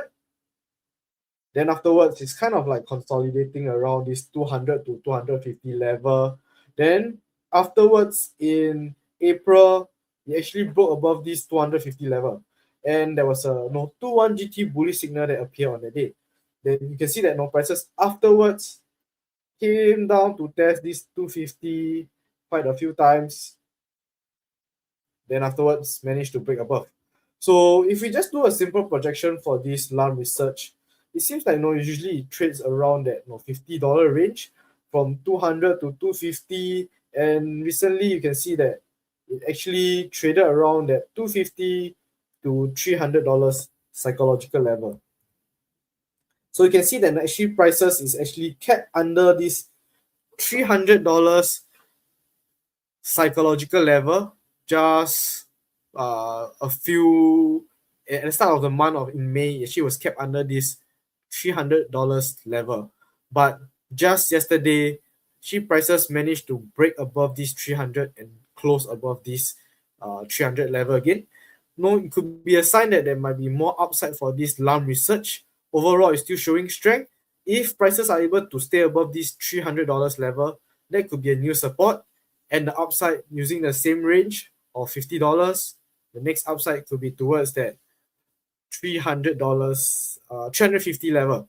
So near term wise, I would say if prices are able to stay above these $300, that could be a sign that there might be more upside with no 1GT bullish signal still in play and also the strength still up. This could be a counter that you want to put into watch list, and maybe if you want, enter for this counter as well. So I think that's for LUM research. If not, I'll pass on my time to Bhavin to cover his bonus stock. All right, thanks, Choy. Okay, last but not least, this is my bonus stock. A little bit, as you can tell, everybody is covering a little bit differently today. My bonus stock for today will be Morgan Stanley. Let me just remove that. Okay, so this is Morgan Stanley. All right, a little bit more on the definitely on the finance side of things.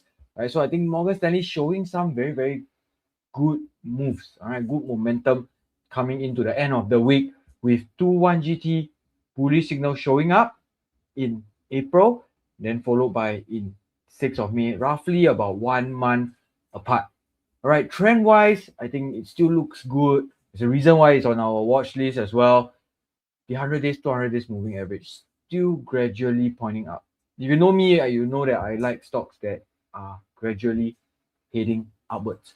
All right, slowly but steadily upwards, consolidate, move higher, that kind of stocks I tend to favor them a little bit more. Why? Because I believe that the trend is healthier in that sense.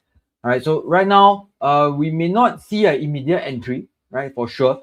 Why? Is because the buy zone that I have drawn was between about 185 upwards to about 190, like that. That was the previous resistance, right? Previous resistance here turned into a support, and we saw buyers come in to defend this level over the last 2 weeks, 3 weeks or so.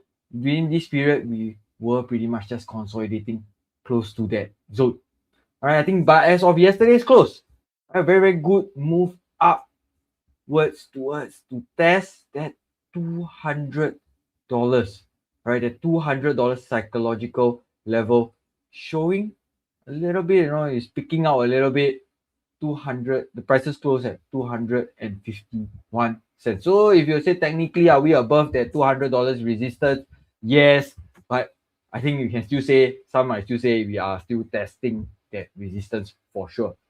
So I think it's still yet to be said whether we're going to find a new higher support above that $200 level. But if we do, we may see a similar consolidation happening like what had happened in the mid of April upwards to the early of May upwards there, giving ourselves a new buy zone for an entry. Furthermore, we have, like I've said, the 100 days, 200 days moving average pointing up. I think furthermore, we have that bullish candlestick happening 2 days ago, yesterday quite bullish as well. So I'd like to see if we are able to spot any more further bullish candlesticks, where I would say the next upside, let me just do a little bit of projection for you guys here live, upwards to about maybe 210 to maybe about 215 level. I would say that is where the next resistance or the next target could be drawn first. So I think very simply put it, we have recovered very clearly from that weakness, that brief weakness for about a month or so since February to March. Prices very quickly rebound from the $150 level upwards to that $200 level. That's just a little bit of quick math. That's about 25% up move already. I think so far it still looks like there is still legs for this uptrend to be headed towards, right? Still very, very stable, still very, very fluid. I would say the prices are able to hit higher towards the next target level. However, right, everything there is an upside, there's a downside, right? So if we were to turn on that trailing support, you can see that trailing support is heading towards that 185 level as well. So by having a stop limit order just underneath that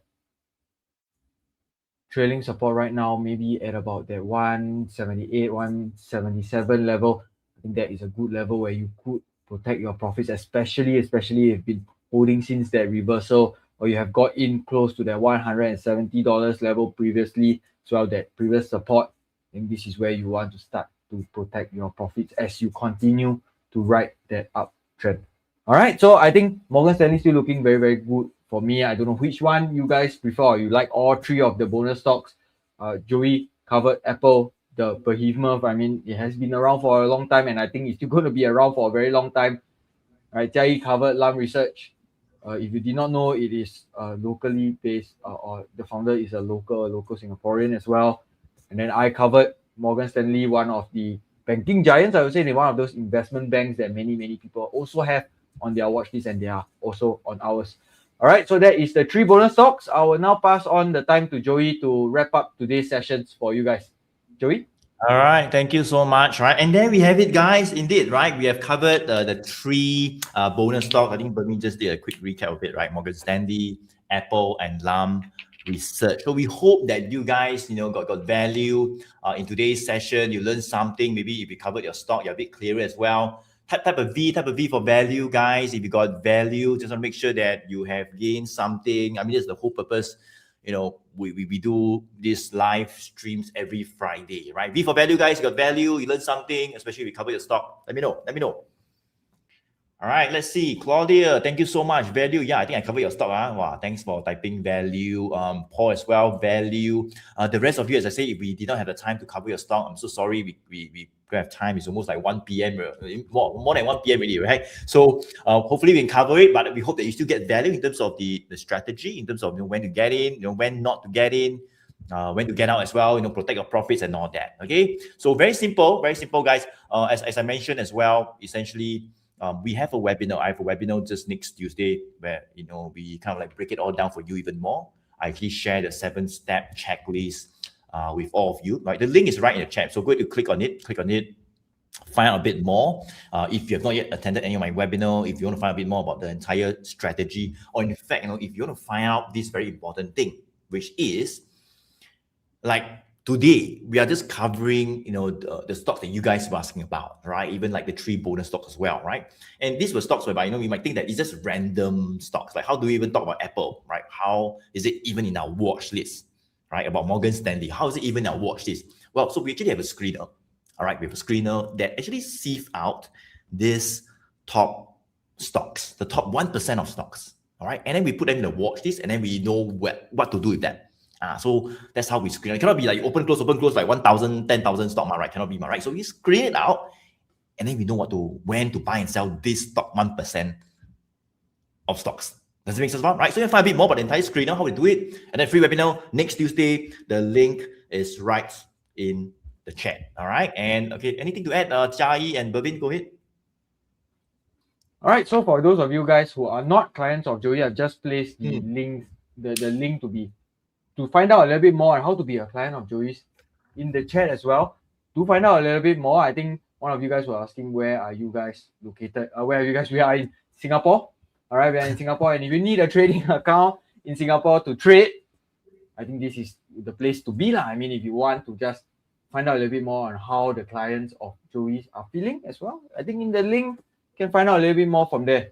All right. To you, Jia, do you have anything to add? Just to add on, for next week, we'll be covering on Singapore stocks. I think Singapore stocks, we are all located in Singapore, and I think there's a few counters in Singapore stocks as well that is also getting a lot of attention, and also going up a lot as well. So I think, if you guys are also interested in Singapore stocks, feel free to join us next week, and look out for the bonus stock that we'll be covering as well for Singapore. Yep. So next Friday, back to the Singapore market. Make sure you join us, especially if you're looking at Singapore. And I can tell you guys, Singapore, don't ignore it, right? It has been doing really well. In fact, I think even much better than the US over the past few months, right? Even since last year, we have been covering, on our Singapore stocks, the stocks that we have covered have pushed up, not 50%, not 100%, can be 200, 300, 400%, Singapore stocks. So that's what we'll cover maybe next Friday. All right. If you guys are asking about some of the top Singapore stocks, of course, we'll share 3 top Singapore stocks at the end as well next Friday. All right. And of course, as I say, if you want to get them, I think Bobby mentioned as well, if you want to get these ideas much faster than like wait until Friday, then you get in a live show like what we're doing now, then you can get them by WhatsApp. When? Every day, daily. WhatsApp daily, right? It's like a message, got chart, everything. We send out an idea. So how to do it, in case you're not yet a client of mine in Philip Securities, you do not have a trading account under me in Philip Securities, you get no service, nobody contact you, nobody send you anything, don't know who's your broker, all right, hotline, something like that. Link is right in the chat. Click on it, check it out. Don't take what we say as well, all right? Check out what clients are saying, all right? And we look forward to work together with you even closer. All right, so that's it. All right, thank you so much, guys, for joining us. Well, I really, really appreciate you. You guys are joining us every single Friday. Have a good weekend. We'll see you next Friday. Signing off. Take care. Bye. Bye-bye. Good weekend ahead. Bye-bye. Bye-bye.